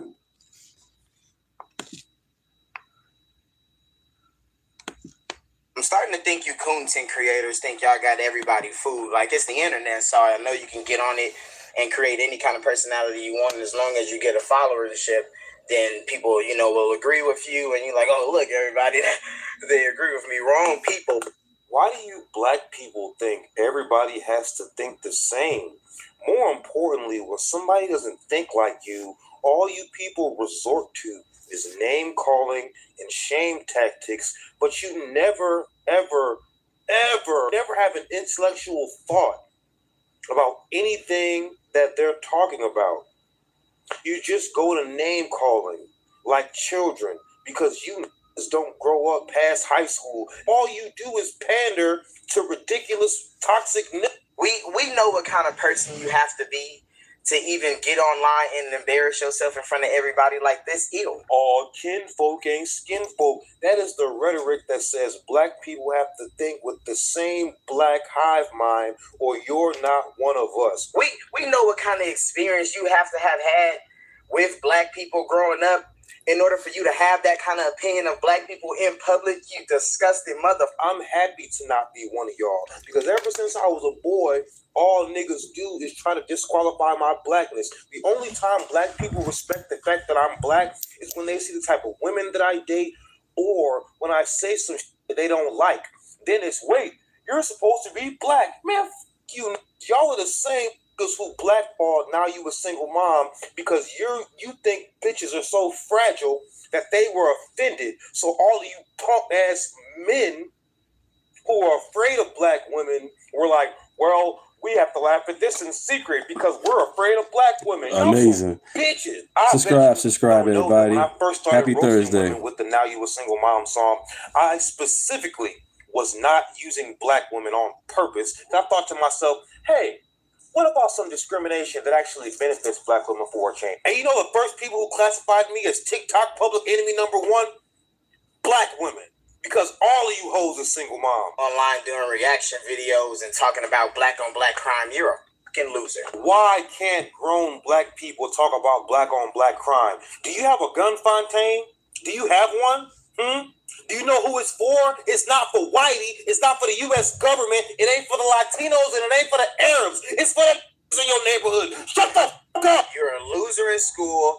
You're a loser now. And that's what this shit is all about. And you remember how I said you don't grow up past high school? This just came out of his mouth and literally said, you are a loser in school. Who gives a? We are grown people. The only people who gives a about high school stats is you grown ass who never grew up. It's haunting you because you can't shake the spirit of being a loser. Some of y'all just happen to be black. Didn't grow up around this. I love how when black people pander to black people, all of their experiences are appreciated. But heaven forbid a black person say, well, the black community is toxic to me. Black people treat me like, then it's, oh, you hate yourself. You know you black at the end of the day. You Right, me wearing this hat, I get called types of names wearing this hat. That's amazing. This is what I like, you know. Which leaves everybody in a land of confusion Amazing. Because you don't have any experience on a map. And then y'all be talking about Stephen A. Smith. Stephen A. Smith is a self-made black man. He went to an HBCU. He uplifts HBCUs whenever he can. He has an HBCU week on his show. You think Whitey pushed for that shit? That was Stephen A. Smith.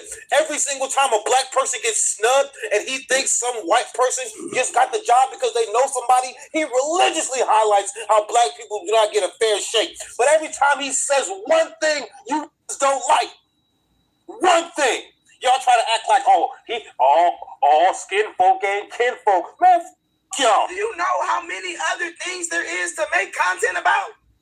Make content about tires, the ocean, the stars. Oh my God. Stop talking about it. Unfortunately, I grew up one of those black kids that were called proper or like I'm whitewashed or something. Thank you, Red. It's all good. What am I supposed to be doing? Like, I'm gonna keep wearing my hat.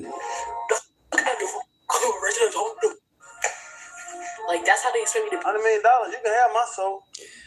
That's you. That's crazy. Everybody had an Obama hat, t-shirt, sweater, hoodies, all type of shit. Especially in Chicago, that shit was flooded in Chicago with Obama. I had Obama shirt. No problem with that. I voted for Obama one time. Learned my lesson. Come on, man. Y'all funny. It was a couple of weeks before your 17th birthday. You say, Robert told me the copies of one of the tapes of 14-year-old me were beginning to be sold on the streets of Chicago and across the country. 9 people went to trial for 5. Used a 16-year-old to 5 people, and this kid didn't make over $50,000. He paid $2,000 per hit. And people saying God on his side. You're a damn lie when you got a 15-year-old doing life in prison. And by the way, I helped work on that law to try to get this kid out. It's called JLY. Juvenile life without parole. I went to Washington, D.C. over 4 or 5 times. We got it abolished, but you know what? They didn't make it retroactive for the boy Boosie dude. So that's why this is personal to me. Why he picking on Boosie? Because I fight to get Marlo Mike out.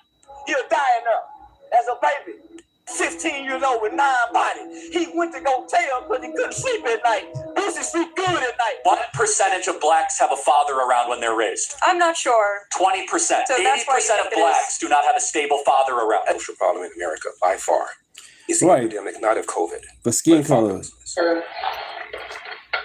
Amazing. Subscribe.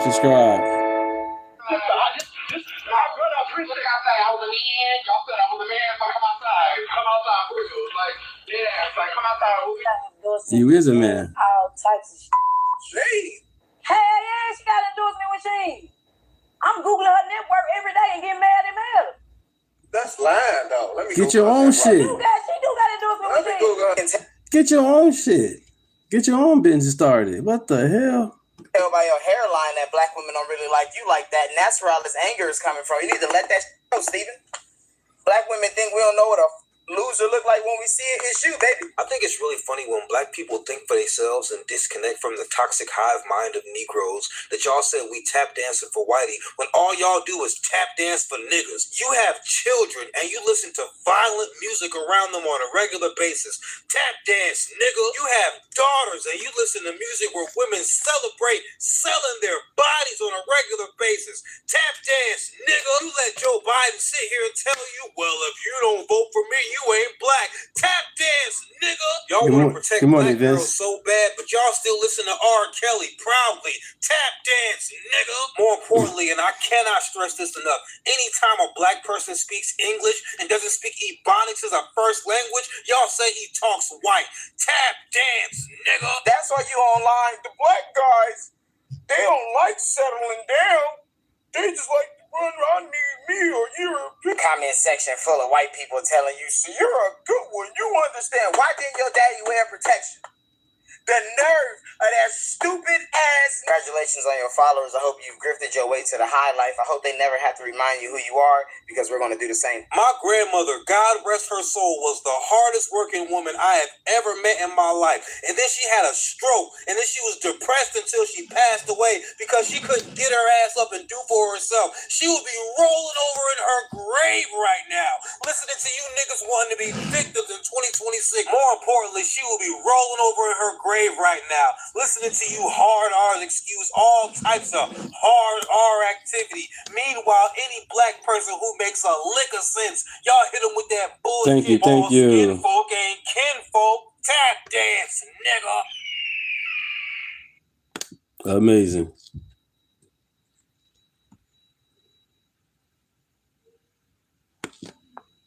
I'm not going to entertain that question. Oh, okay, of course not. Do you think you're going to hell, Mr. Lyons? I'm not going to entertain. Of course not. How many government... The gentlelady will suspend. The gentlelady will suspend. Chairman? A gentlelady will suspend, as I said. Right. I don't agree with everything Trump does or say. I don't agree with everything Trump does or say. Nobody's perfect anyway. I'm not asking this man to be perfect. I'm asking him to be the president of the United States and put America first. Other than that, all the other stuff, it's all good. He can do better. We can do better. And the reason we got all this immigrant BS going on because Kamala Harris was the border czar. She's supposed to take care of this BS. Now Trump got to clean it up. Ain't the best way of cleaning it up, but it's getting clean. You know? The issues we're debating here are important to ones that members feel deeply about. Thank you. While vigorous disagreement is part of the legislative process, members are reminded that we must adhere to established standards of decorum in debate.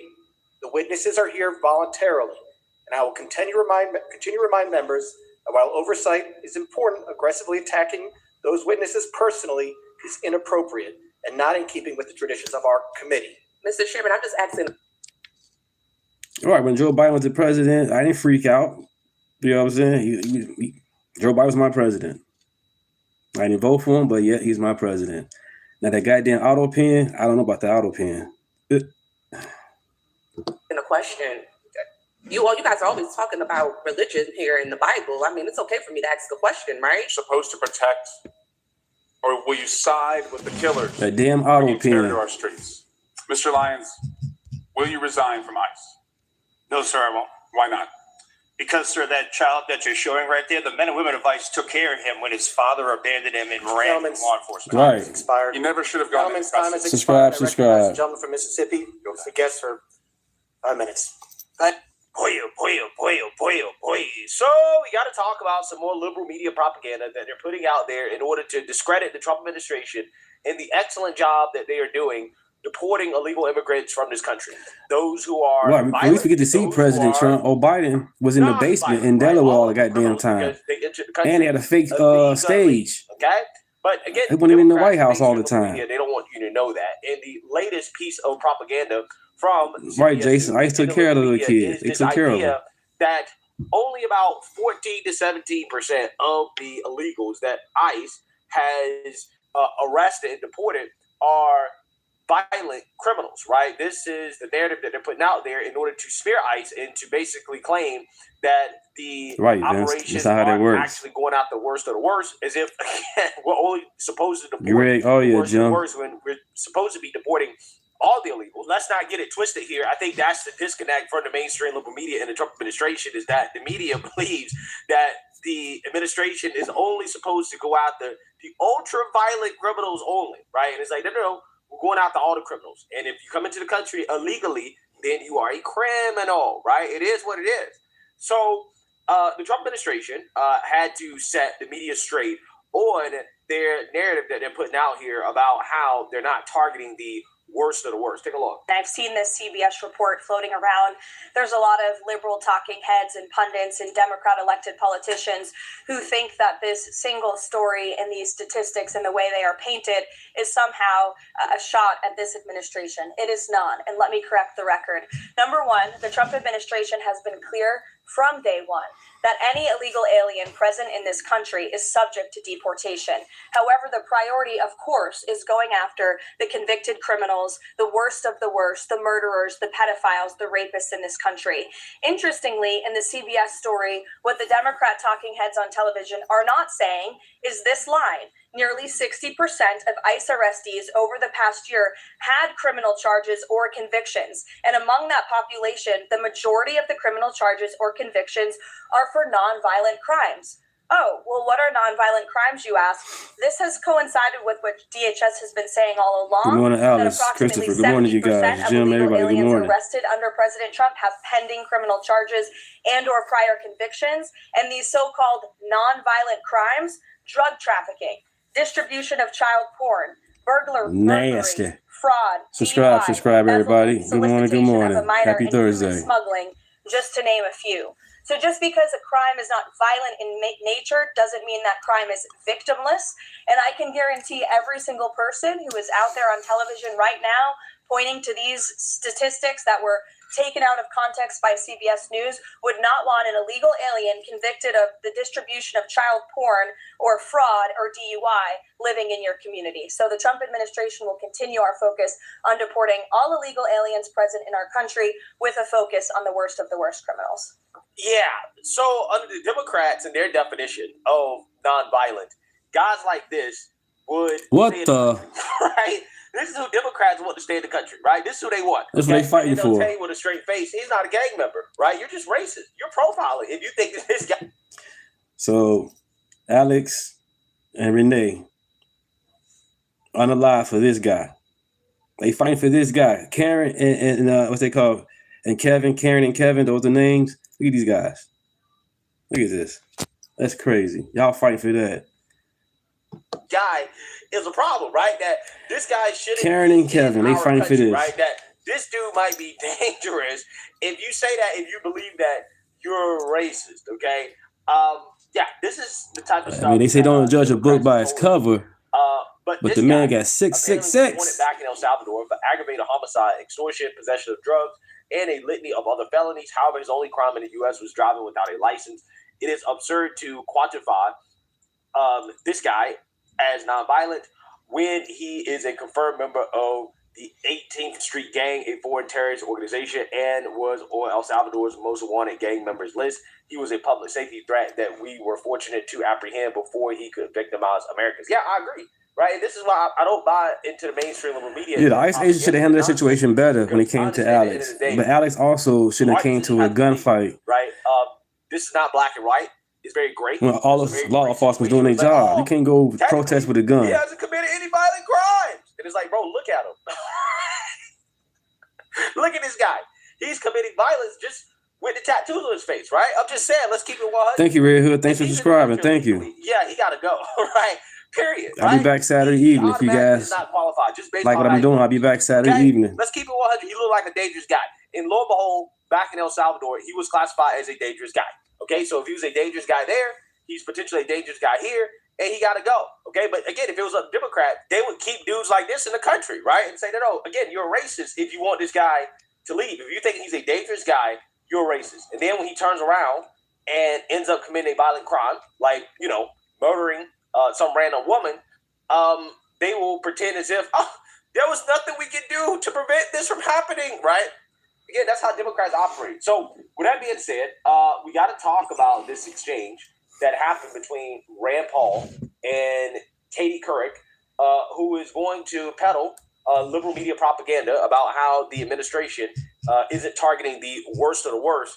And I want to react to it. So without further ado, let's get into it. Less than 14% of nearly 400,000 immigrants arrested by ICE in President Trump's first year back in the White House. Hey, Christopher, if you don't like me wearing my hat in my own video, in my own chat, you can get off the chat. I'm going to keep my hat on. Department of Homeland Security document obtained. How you come on my chat and tell me to take my hat off? So isn't amazing. All this talk about leave the chat. The country of violent or stay. Criminals a massive either or. Overstatement? If less than 14%, again, of the 400,000 immigrants being arrested are had charges or convictions for violent criminal offenses. Now, before Rand Paul gets into this, I just want to be clear. What these people don't understand, again, because this is not black and white, this is very gray. And that's what I hate about the media in this conversation around the mass deportations. They pretend as if this stuff is simple. It's not simple, right? It's not simple at all. A lot of these arrests that are happening when ICE targets a violent person, and then you have other illegals who are also in the area, right? Who are also in the same space, they're in the same facility, they're in the same place where the violent criminal is, right? So when they go and they get a violent criminal, a lot of other illegals also get swept up in it as well too. And if you're here in the country illegally, then hey, it is what it is, right? You get swept up in a raid, then you go, right? And this is something that could have been prevented, right? It could have been prevented by Democrats had they cooperated with the Trump administration. But because they're not cooperating with the Trump administration, yes, when ICE has to go out. Right, when Obama did it, everybody cooperated. That's amazing. It was a news lady that actually did a ride along with ICE with no problem under Biden, under Obama administration. There was no problem. They did a ride along with ICE. They talked, had a good time.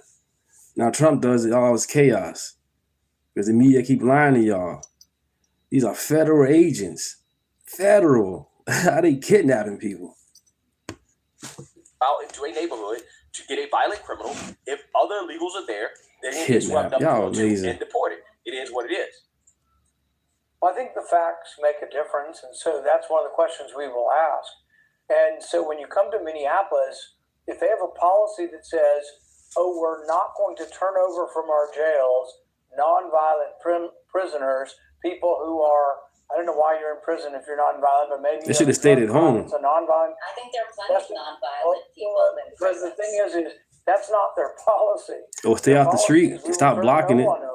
So you can be, you beat somebody half to death, you get an assault charge, and you're in jail for a couple Trump's a of big years. disappointment. And so now Okay, you're getting out on parole, that's cool. and you're not going to be turned over and you're illegal.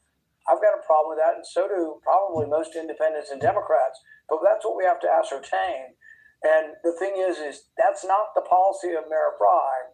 He did not come forward and say, we're not going to turn over nonviolent prisoners. He just simply said, we're not going to cooperate at all. And if you do cooperate, this is Ellison's edict to them.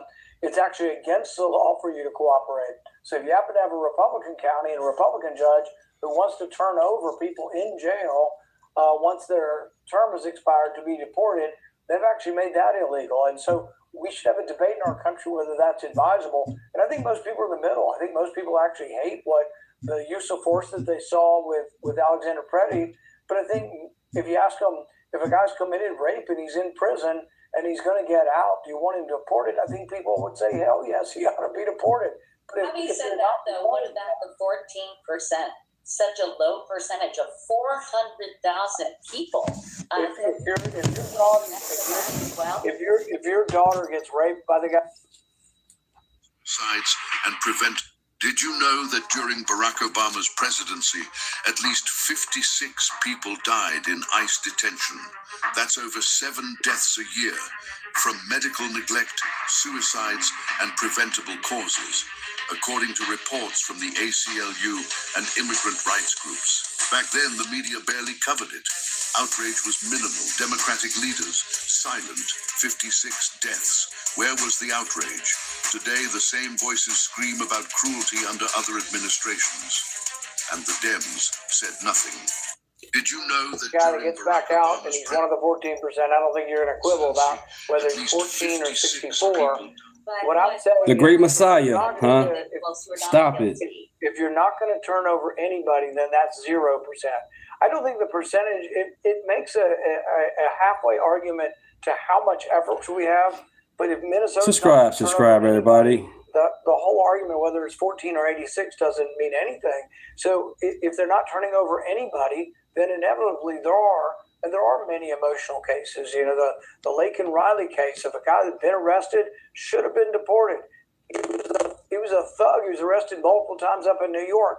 Stephen, really? Stephen, really? I just showed you a video. You still gonna go against the grain. Amazing. To get to your crime committing person, we'll send you to some other state. But to Laken Riley's family, it was a big deal, and it is a big deal to people who care about what happened to her. That if that person had been deported. Now you might tell me that person's an anomaly. He's only 1 in 100. But up in Laken Riley's family, I don't care if it's 1 in 100. The 1 in 100 people who are violent, if that's a number, or if it's 14 in 100, we want them deported. And Good one, Jim. They're looking at someone who's moderate on this issue. I'm not. I don't appreciate what they're doing. I don't like the crowd control. But I do want violent people who are in prison detained and given over to ICE. And if Minnesota's not doing that, they're part of the problem. I should point out, Senator Paul, that Laken Riley's father has cautioned lawmakers on both sides No of problem, the aisle Jim. Thank you. to refrain from using her death as a political wedge. Wow. That's how you know you've been defeated, right? When you've been thoroughly defeated, that's what you do, right?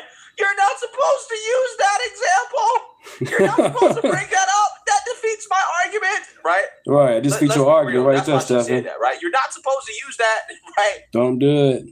I don't have a response. But it doesn't make it false, right? Again, I think that Rand Paul made some good points here, right? Good morning, Randy. I think Good as morning. a so-called moderate on this issue, right, which I don't even know what that really means, right? But Rand Paul is a Republican. He's a libertarian. I think you got to stand with me. I'm going to show another video, you know what I'm saying, how things are going on. That's all I'm doing. I think you got to stand with me. Appreciate it. First. So again, I don't know what that really means, what he means by moderate. It sounds to me like he agrees with the deportations happening of the violent criminals, but he doesn't like what he's saying from ICE and Border Patrol in regards to their tactics. Well, at the end of the day, as he rightfully pointed out, these things are happening because these cities aren't cooperating, right? So the so-called moderate needs to understand that you might not like what you're seeing, but they're only happening because Democrats have forced us into this situation. Could you imagine how things would be if the cities were cooperating, right? Alex Preddy would still be alive. Renee Good would probably still be alive. Why? Because they will be arrested in jail. Okay? They'd be arrested and in jail. If Thank you. cities were cooperating, Let's grow together, buddy. Everybody, let's grow. They wouldn't be obstructing. And then guess what? If they were cooperating, then ICE would be in these neighborhoods. ICE would be in the prisons, right? They show up, they get the illegals when they're arrested out on the streets. His last name is spelled with an I, not a Y. From prison or jail, and that's it. You wouldn't even see him in the neighborhoods like that. You're going to defend him, man. Spell his name right if you're going to defend him. This operation would run much smoother It's if Democrats were cooperating like they did under Obama, right? Not a Y. It's an I. The reason why you didn't see a lot of this stuff under Obama is one, back then, Amazing. I think there was You're more going to defend him, common sense man. on You can't this spell his issue, name right. okay? But also on Stop top of it. that is because Democrats cooperated. The cities cooperated. But now, because Trump is in office, they don't want to cooperate. You're seeing all this violence and chaos, and they're trying to pretend like it's, Trump's fault. And that's the thing that annoys me about the so-called moderate is that the moderate has to understand that this is happening because of circumstances, right? This is circumstantial. This is not what we want. Nobody wants to see Americans get killed. See how you made a mistake, right? Stephen? But Everybody makes mistakes. Nobody's perfect. You misspelled the man's name. Now you want to correct yourself and say, hey, I made a mistake. I used voice chat. They were stupid. See how that works? Let's keep it 100. Let's keep it 100. They got themselves involved in something they should not have been involved in. And when that happens, there could potentially be fatal consequences. It is what it is. Nobody likes to see it, but that's what happens, right? When you make stupid decisions in life, some stupid decisions are fatal. Regardless of whether or not you think it deserved a fatal outcome, sometimes the outcome is fatal, right? Regardless of whether or not it was deserved. That's what people got to understand. Take your emotions out of it. The Porter-in-Chief, Obama. Understand that we're in a He got him out of situation here. where we're dealing with people who refuse Nobody ain't saying nothing. They cooperate. They was with it. And if they cooperated, then all of the stuff they're complaining about and the things that they claim they want, because they claim, well, we just want to deport the violent illegals. Okay, great. You should demand these sanctuary cities cooperate. That way we can target the worst of the worst, and we don't have to go into the neighborhoods and get collaterals, right? Because that's what's happening. And stop blocking them, honking y'all horns and whistles and shit. Criminals, the collaterals, the other illegals who are quote unquote and fake barricades. They're also with the violent illegals, okay? And they're getting swept up. Right, Kenny. It is what it is. So, you know, at the end of the day, the media is going to continue with this narrative. I don't think that the Trump administration should back down, to be honest with you. I think that there's certainly ways to go about it that's not so in your face. But the fact of the matter is the mass deportations must continue to happen. And if these people are really so upset about non-violent illegals being targeted, right? If they're so upset about that, then, I don't know, demand the Democrats cooperate with the administration, and then we can target the violent ones and get them out of the country, right? But see, they don't actually agree with that. They don't want any of No, they don't want that.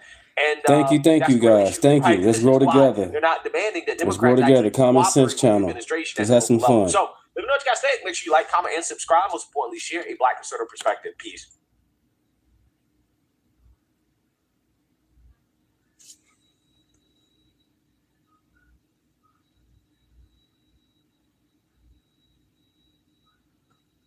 Right, to bring jobs back to this country, to make things in America again. But people have to understand that they're going to be growing pains, right? Because we didn't lose all those jobs overnight, which means we can't gain them all back overnight. Certainly that's not going to happen. But it's going to take time to start to see the results, okay? And the first month of the year, okay, this January 2026 jobs report is showing signs that, hey, what President Trump is doing, the economic policies that he has put in place, they may actually be starting to work. We may be starting to see some of the benefits that I've been telling you guys about that right, kept their ass at home to occur at some point in his administration, because the more time that passes, the more we could actually see, okay, manufacturing's kicking up, job creation starting to kick up. All right, Kenny, thanks for joining the chat. God bless. God bless. Taking advantage of the tax reductions. Individuals are taking advantage of the tax reductions. People are seeing their paychecks be a little bit more because of the fact that, hey, you're paying less taxes. Yeah, that stuff is actually starting to kick in 2026. And this new jobs report is basically backing up this idea that, hey, maybe, just maybe, we're starting to finally see the positive benefits that we've been waiting for. And of course, the mainstream liberal media, they're in full-blown cope mode. But even some of the biggest naysayers can't really poo-poo this jobs report, because most people agree that, hey, it's pretty good, right? We don't really have anything bad to say about the first jobs report of 2026. Take a look. Now from Cheryl. 130,000 jobs created for the month of January. Wow. The estimate was 70,000. Wow, I was right, Maria. 4.3% is the unemployment rate. The street was looking for 4.4%. This is not the kind of report we expected.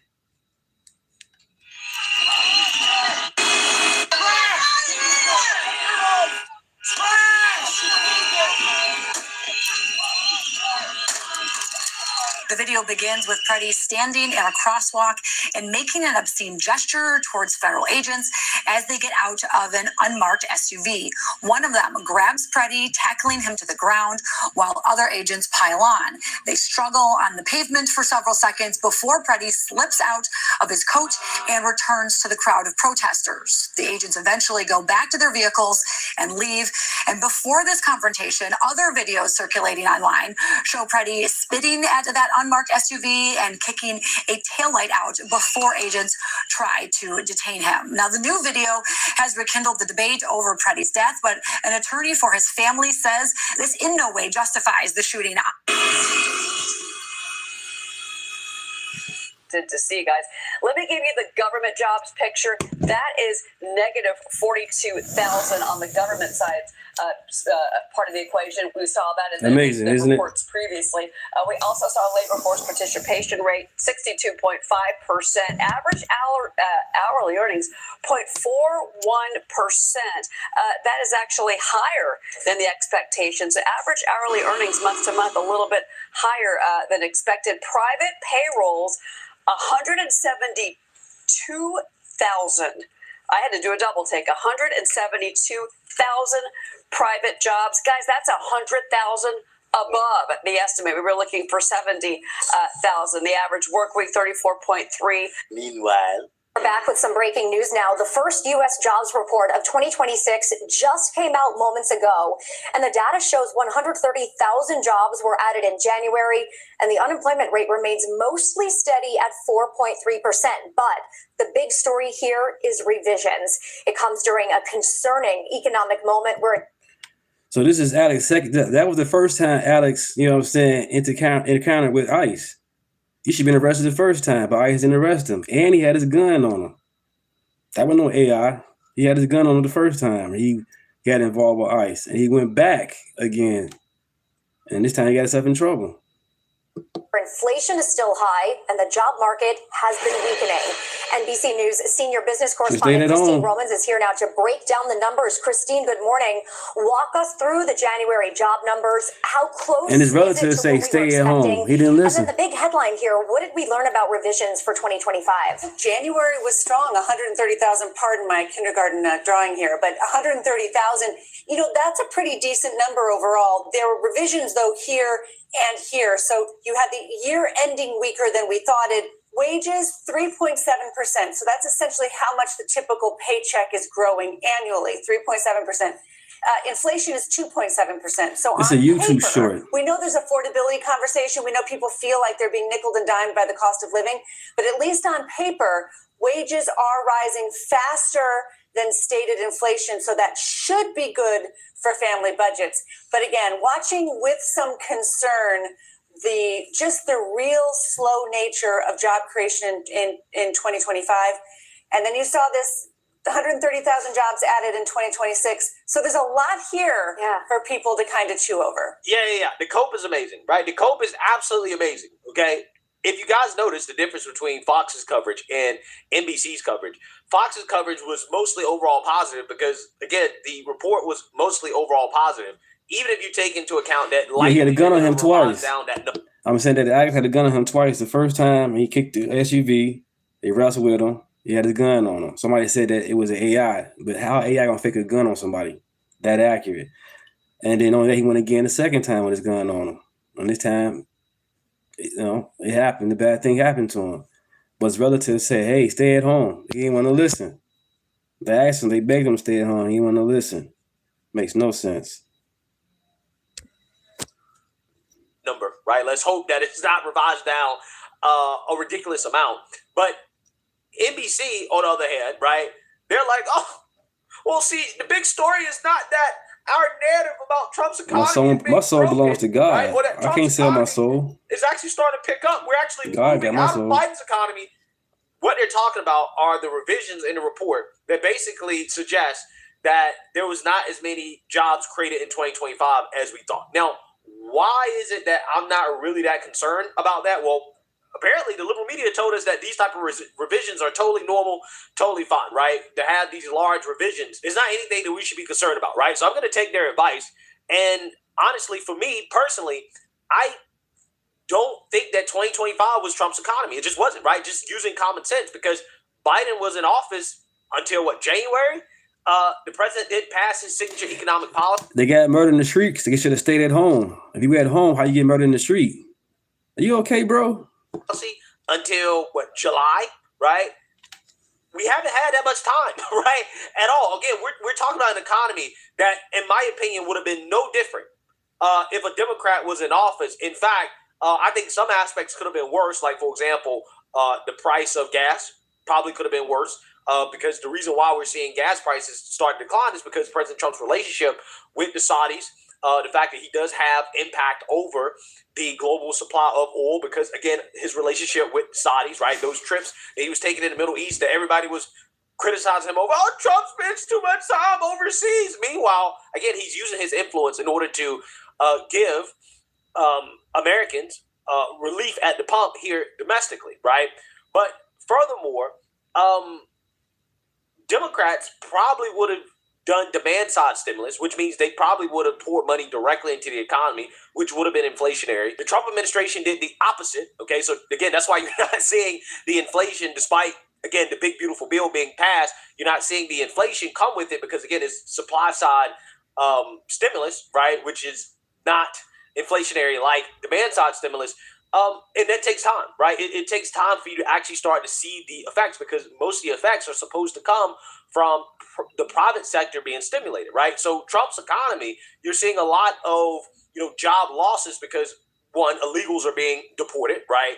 And then on top of that, they're cutting federal jobs, right? So they're cutting government jobs, and they're trying to incentivize the private sector to grow. And again, that's what we're starting to see in these job reports that are coming in for 2026. And that is why, despite NBC and their cope, most other analysts on other networks are saying, well, yeah, there's nothing really that we can poo-poo about this. Like, this report is legit. This is a hot jobs report. I mean, there's really nothing in this not to like. You're seeing a lot of sectors that had been softer, like manufacturing, for example, looking better. You're seeing numbers that really nobody expected. If I was calling you as a client, my first question would be, Mike, how much confidence can I have at this? Is this the real deal? I think it's largely the real deal. Everything that you mentioned is completely fair. Benchmark revisions, new birth death adjustments. There's favorable seasonal factors in this report, but does it wipe away 170,000 private payrolls? Probably not. I mean, we were at 90,000 on private payrolls, and I felt optimistic, right? So if truth is 90, I'm super happy with that number, right? So at 170, I think it's hard to bring all of that back and look through it. So to your point, it does fit a lot of other data points in the economy. Durable goods have been strong. ISM has picked up. Manufacturing output has been on an upward trend. So seeing some complementary hiring alongside that is a welcome sign for the economy. Thank you, Sarah. It was a very good number. You talked about the goods part of the economy. What might be getting lost on people is when you look at GDP, which has been growing about 4% in the full 3 quarters President Trump's been in office, it's actually been led by the goods sector. For example, the last 2 official quarters, real goods output is running over 9% annualized rate, which is a real boom. It's the biggest in over a decade. Fast forward to today's report, you mentioned construction, very good. Yes. You mentioned manufacturing up, basically reversing a decline that began under the prior administration. But what's also interesting, Sarah, is we had a huge increase in manufacturing overtime. That is a leading indicator of the economy. We've had now 3 months in a row, temporary employment clearly has turned positive. That's a measure of future labor demand. So when you talk about building something for the future, our argument, and I think is very, very valid with these data, is that President Trump has laid the groundwork for a boom, an industrial boom, where we're starting to produce more things that people want. Yeah, again, I'm still waiting for the hyperinflation and the economic disaster that was supposed to come from the tariffs, right? I'm still waiting for it, right? We're going to see. Waiting. We're going to keep waiting. With that being said, I want to react to Kevin Hassett, who's an economic advisor for the White House, school this NBC anchor on this new report. So without further ado, let's go ahead and get into it. Right. Big, beautiful bill, baby. January jobs report released just a few moments ago. And it shows that the United States economy added 130,000 jobs last month, far more than the 55,000 that was expected. The unemployment rate also ticked down slightly to 4.3%. Joining us now, White House Amazing. Economic Advisor Kevin Subscribe, Hassett. He subscribe, serves everybody. as Thank you. Good Director morning. of the National Economic Council. Kevin, thank you for joining us this morning. This jobs report beat expectations pretty soundly. Right. In fact, that's right. There are members of the Trump administration, Peter Navarro and others, last night, seemingly doing some advanced spin, sort of suggesting hey, this might be rough. It's gonna, and then it turned out not to be that way. Give us your thoughts. Yeah. Oh, just a heads up on that too. That Peter doesn't see the numbers the night before or anything, and so what happened is that there were a lot of Wall Street analysts who were predicting that a reduction in the labor force was going to make a bad number. And in fact, CNBC had a headline saying that the jobs number is going to be zero. Bloomberg had a headline saying the jobs number is going to be zero. And private sector jobs, which is our main focus right now because we've been reducing government employment, they went up 170,000. They absolutely blew out any expectation whatsoever. So it's really a remarkable strong number. And to put it in perspective, to get that much job creation while that basically the labor force is declining some because people are leaving the country and being deported is a really remarkable thing. The bottom line is I'd say there's three facts that I think that I really hope that the viewers would think about.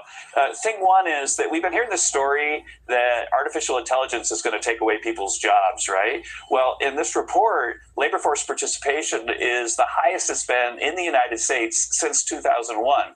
And so we actually have more people going into the labor force than we've seen in 2 decades. And so that this AI effect is not there. The next thing is that the government employment, because President Trump's team has given people early retirement and so on, and the Doge movements early in the spring, that we've reduced government employment, federal government employment by 360,000 or so people. That's the lowest share of the labor force that's working for the federal government since 1966. Yep, Trump just getting started. And what that means is that $29 billion this year, less will be spent on government salaries, and that helps reduce interest rates and balance the budget. So there's a heck of a lot of good Good news. morning. Subscribe. Yeah. Good morning. Good morning. So I want people to understand what he's saying. What he's saying is that, listen, government job growth down, right? Private sector job growth, we're starting to see kick up, right? Now, that's what we want, right? Biden's economy was propped up by government jobs, right? Jobs that are unproductive, that don't really equal real output, right? And again, that's why we saw the inflation, or part of the reason why we saw the inflation under Biden is because the government was spending a whole bunch of money all them protesters on are jobs mostly that don't paid. actually produce anything, right? Which is inflationary. But when you cut taxes, when you deregulate, which is what they did in the big beautiful bill, and you incentivize real job growth, right? Private sector job growth, jobs that actually produce things, right? Provide real goods and services, that is less inflationary, right? That is real growth, okay? So we're starting to see finally some real growth. And again, I'm just saying it's still early. It's still early. We're still in the residuals of the Biden economy. I just want to be clear, right? Still early. You're not really gonna know until probably at the midterms, right? That's when you can really take a step back and say, okay, what does the Trump economy really look like, right? What I'm saying, my point is that, hey, 2026, now we can really start to say, okay, we're seeing some signs that things are ticking up. There's a reversal here. We're still dealing with the residuals of the Biden economy, right? We're not out of the woods yet because it takes that much time. But beginning of next year, 2027, we'll really see, okay, this is where we're at, right? And we can look back on 2026 and see the transition, right? And again, that is what people have to understand, right? This stuff takes time. It does not happen overnight. But even as NBC admitted, real wage growth is up, right? So that means that people, we're starting to see wages cut into the inflation that we saw in the Biden. What people are complaining about today when it comes to prices, they're complaining about the inflation that happened under Biden. And it's going to take time to get that real wage growth in order to catch up. That's not something that happens overnight. It does not happen overnight. It comes from real growth, okay? We're seeing real GDP up in the 3-4% range, right? We're actually seeing an economy that is focused on real production and real growth rather than fake nominal growth that we saw under Biden, right? So again, we're going to see, but what I'm saying is that now we're in the transition phase, right? Where we can see, okay, this is the transition from Biden's economy to what Trump's economy is going to be like for the next 2 to 3 years. Yeah, certainly. Polls do suggest that Americans have their questions about deportations and even the work of Doge, but certainly the jobs report higher than expected. That is undeniable. Let's turn now to another. Yeah, undeniable, right? Undeniable. When BS now is saying it's undeniable, then you know that it was a good report, right? So we're going to see, it's just one report, but keep in mind that the naysayers and the black pillars, they're not going to talk about this. They're not going to talk about the nuance behind how this stuff takes time. We need to give it some more time, see what happens. It doesn't happen overnight. This is just the way that supply side production works. That's just what it is, right? Factories aren't built overnight. Jobs aren't created overnight. Things are not created overnight. So when it comes to 2025, as far as I'm concerned, that was Biden's economy, right? The residuals of Biden's economy. In 2026, we're going to see the transition towards Trump's economy. And then I think 2027, 2028, we'll really be able to sit back and judge and say, okay, this is what Trump's economy is going to be like. These are the results of his economic policies. So let me know what you guys think. Make sure you like, comment, and subscribe. Most importantly, share a Black conservative perspective. Peace.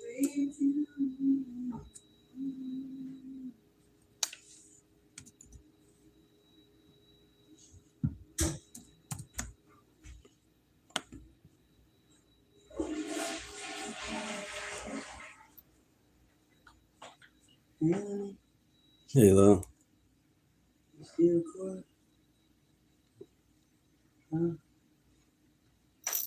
Authority. I mean, just about in the way Trump. So were our founding fathers fascists? Not particularly. No, I wouldn't say so. That's really weird. I thought you just got done saying that disenfranchisement is fascism. And it's funny that he's even saying this because he believes Donald Trump is a fascist. You just said that what fascism is its central authority with some kind of racial element to it. Or maybe not racial specifically, but maybe you could say like a nationalist kind of element. Okay, he's reaching so far in this debate, it doesn't even make sense. So when talking about Trump and fascism, I would say he exemplifies a lot of the traits you would expect to find in a fascist regime, trying to centralize power, creating some kind of race or ethnicity kind of like distinctions. Okay, let's do one at a time. Do you mind? For sure. Let's start with the first one. Mm-hmm. The first one is that Trump's trying to centralize authority. Yes. Can you name an administration that hasn't tried to centralize authority? I mean, just about in the way Trump's doing it, none. So now you're moving the goalpost. Can you name an administration that did not try to centralize authority? So this is going to be a good video. This video is about, you guys guessed it, is Donald Trump a fascist? This is a debate video. Basically, Andrew Wilson is debating 5 liberals about Trump being a fascist in 2026. This is new to me. I don't know exactly who's going to win this. They said Bad Bunny was awesome. Good. That's good for you. Get right into it. The full link is in the description below. They've tried to centralize it in the sense that maybe they've tried to enact various legislation, but it was all done through proper means that have been established via Congress. What are you talking about? It hasn't been, not traditionally at all. I'm assuming. I can't think of a single president ever who hasn't tried to gather more power to the executive branch, and I can't think of any time Congress hasn't tried to gather more power to itself or the judicial branch. In terms of what he has personally said, him and various cabinet members of his saying we might have to tell the Supreme Court to go F itself in terms of. You mean like Andrew Jackson did? Unfortunately, I'm not well versed in Andrew Jackson. Well, they had politics, but there was an anti-removal act or a removal act for Indians, and the Supreme Court said that's no. And Jackson said, "I don't give a shit." Well, then that's wrong. And I guess he a fascist? Possibly it could be argued. I would have to learn. I would have to learn more about Andrew Jackson, but on Trump specifically, you have him creating different departments and things like that to try to centralize power. They all create different departments. Remember czars? What were those? What he's doing is he's centralizing power and trying to make it so that he is the kind of supreme authority, whether it comes from destroying the Department of Education. Maybe we're going to take a look this way. when you want to expand democracy, isn't that about expanding power to various people? It's about giving the expansion of power to those who are disenfranchised. Now they have political power. Sure, I could. I would agree So with if that's the case, right, then what you're really trying to do is you're trying to create blocks of power. Ultimately, that's what it is. They're going to be voting blocks of power and authority, and it's basically bending this person to your will, that person to your will. Well, that sure, I could agree to that. So but just authoritarianism itself, or the idea of authority itself, can't be fascism. Well, it's not so much centralizing power. It depends on the method on which you do it. Yeah, I mean, but if what's you the centralize methodology power, he's using that's fascist? I mean, just trying to do everything via executive order. Obama passed executive orders. Joe Biden passed executive orders. Nowhere near on the scale of Trump. Stop it. Trump's What about the auto pen? What do you mean? No. Trump has passed. I don't remember the exact number, but he's passed more executive orders within like his time in office than he did the entire previous 4 years. He's not trying to do anything via legislation. He's totally allowed to do that. Right, he's allowed to do that. About the auto pen by Joe Biden. Here's the thing I was saying. Y'all funny. Just being objective here, what you're saying is not accurate. And here's how I know it's not accurate. According to Donald Trump, one of the biggest things that he's done, according to him, the proclaimed fascist in your mind is. Hey, Stephen or Steven, you say you've been decades into this. Okay, then the same guy who spent decades making predictions about who will be the president or not, he predicted that Trump was going to lose and Kamala going to win by a landslide. Guess what? He was wrong. He was an expert. They call him the Nostradamus of voting. We all make mistakes. You can be an expert or not. Come on, man. It's the big, beautiful. Make mistakes. It's okay. Is his namesake. That's something that Congress is fighting over. They've been fighting over it all year. We had an entire government shutdown that lasted. So you hate Kamala? You don't got to hate Kamala. Just don't vote for it. You don't got to hate the woman. That was done through legislation. Her policies ain't no That good. was not an You don't executive got to hate order. her. That was literally done through legislation. They were voting on this bill. So when I hear this, and I'm just trying Love, to be fair, don't hate. Love, don't hate. you are literally not telling the truth. Not to pick a side, but you are not telling the truth. It is true that Donald Trump does sign a lot of executive orders, but that's not the debate. The debate isn't is Donald Trump signing a lot of executive orders. The debate is if Donald Trump a fascist? Is he operating under an authoritarian government? Is he doing fascist things? Is he actively trying to do this? The answer to that is no, because he is going through legislation. And this is not my opinion. This is not what I think. This is the truth. This is not something that I'm making up or picking a side. It's just reality. Is Trump allowed to make executive orders within the confines of our system? He's allowed to make executive orders in Okay, areas Stephen. that he has purview over. And is it your job to determine that, or is it the court's job to determine that? I mean, I would say it's the court's job. And Okay. Trump has said that he would tell And the has courts to go F and themselves. have the courts upheld many of his executive orders? Depending on which ones you're talking about. I mean, when it comes to the Abrego Garcia case, I mean, he actively defied their orders. That's not fascism. But when you take the totality of everything he's done. What is fascism? Thank you. Fascism is generally a central either authority, like maybe like a uniparty or like a single cult of So personality. communism's fascism? In certain senses, Thank you for the likes. Thanks for subscribing. Thank you. I don't even know Thank where this conversation is going at this point. I don't even know where this conversation is going at this point. I don't think he knows the definition of fascism, and it's not. I don't want to pick on him, but it's just it always gets to this point. I've watched a million videos, so many, where people don't even know what they're arguing, and I'm not making this up. He doesn't know. He just knows that Donald Trump is a fascist. He doesn't really know what it means.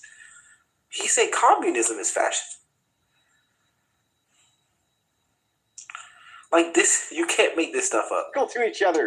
But the point is that Trump is doing it in a way that Now, the point subverts is, the it's democratic process. He's doing it without, Can you subvert the democratic process without being a fascist?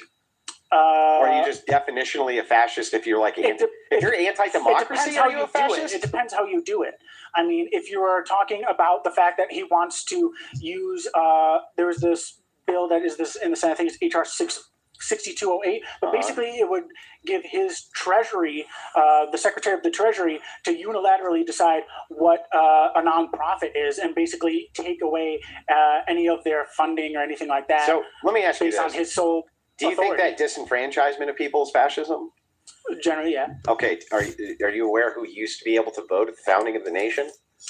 As far as I'm aware, only like white Christian landowners. Yeah. So were our founding fathers fascists? Not particularly. No, I wouldn't say so. That's really weird. I thought you just got done saying that disenfranchisement is fascism. Well, and it's funny that he's even saying this because he believes Donald Trump is a fascist. But when you're talking about the founding fathers, who literally only let certain groups of people vote, they didn't even let women vote during that time. They aren't. And I'm not saying that they are. I'm just saying that your logic isn't holding up because you're not basing this argument off of logic. You're basing it off of your dislike for Trump. And this is, let's just be honest about it. You don't like Donald Trump. You don't like what he stands for. You don't like who he is. And you're using that dislike to form this argument, which is why I don't take it that serious. Because you can have your opinion and not like him. I'm not here to convince anyone to like or dislike him. I'm not in Congress. I'm not a senator. I'm not lobbying for government at all. But I will say this. If you're having a debate on fascism and you're pushing out these views for the world to consume them, because Lord knows how many people are going to watch this video, at least stand on some level of validity. Stand on some level of objectivity. You're not doing it. You're basing this entire argument on Donald Trump tweets.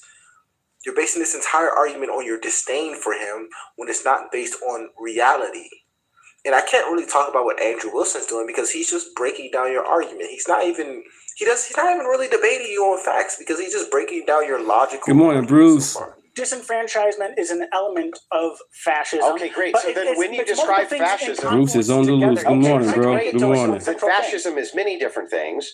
So what is it? I would say it's the centralization of power under like maybe one figure, you could say. Well, then what's an autocracy? Rule. What's an autocracy then? I mean, the point is that... Now, the point is I need to know what fascism...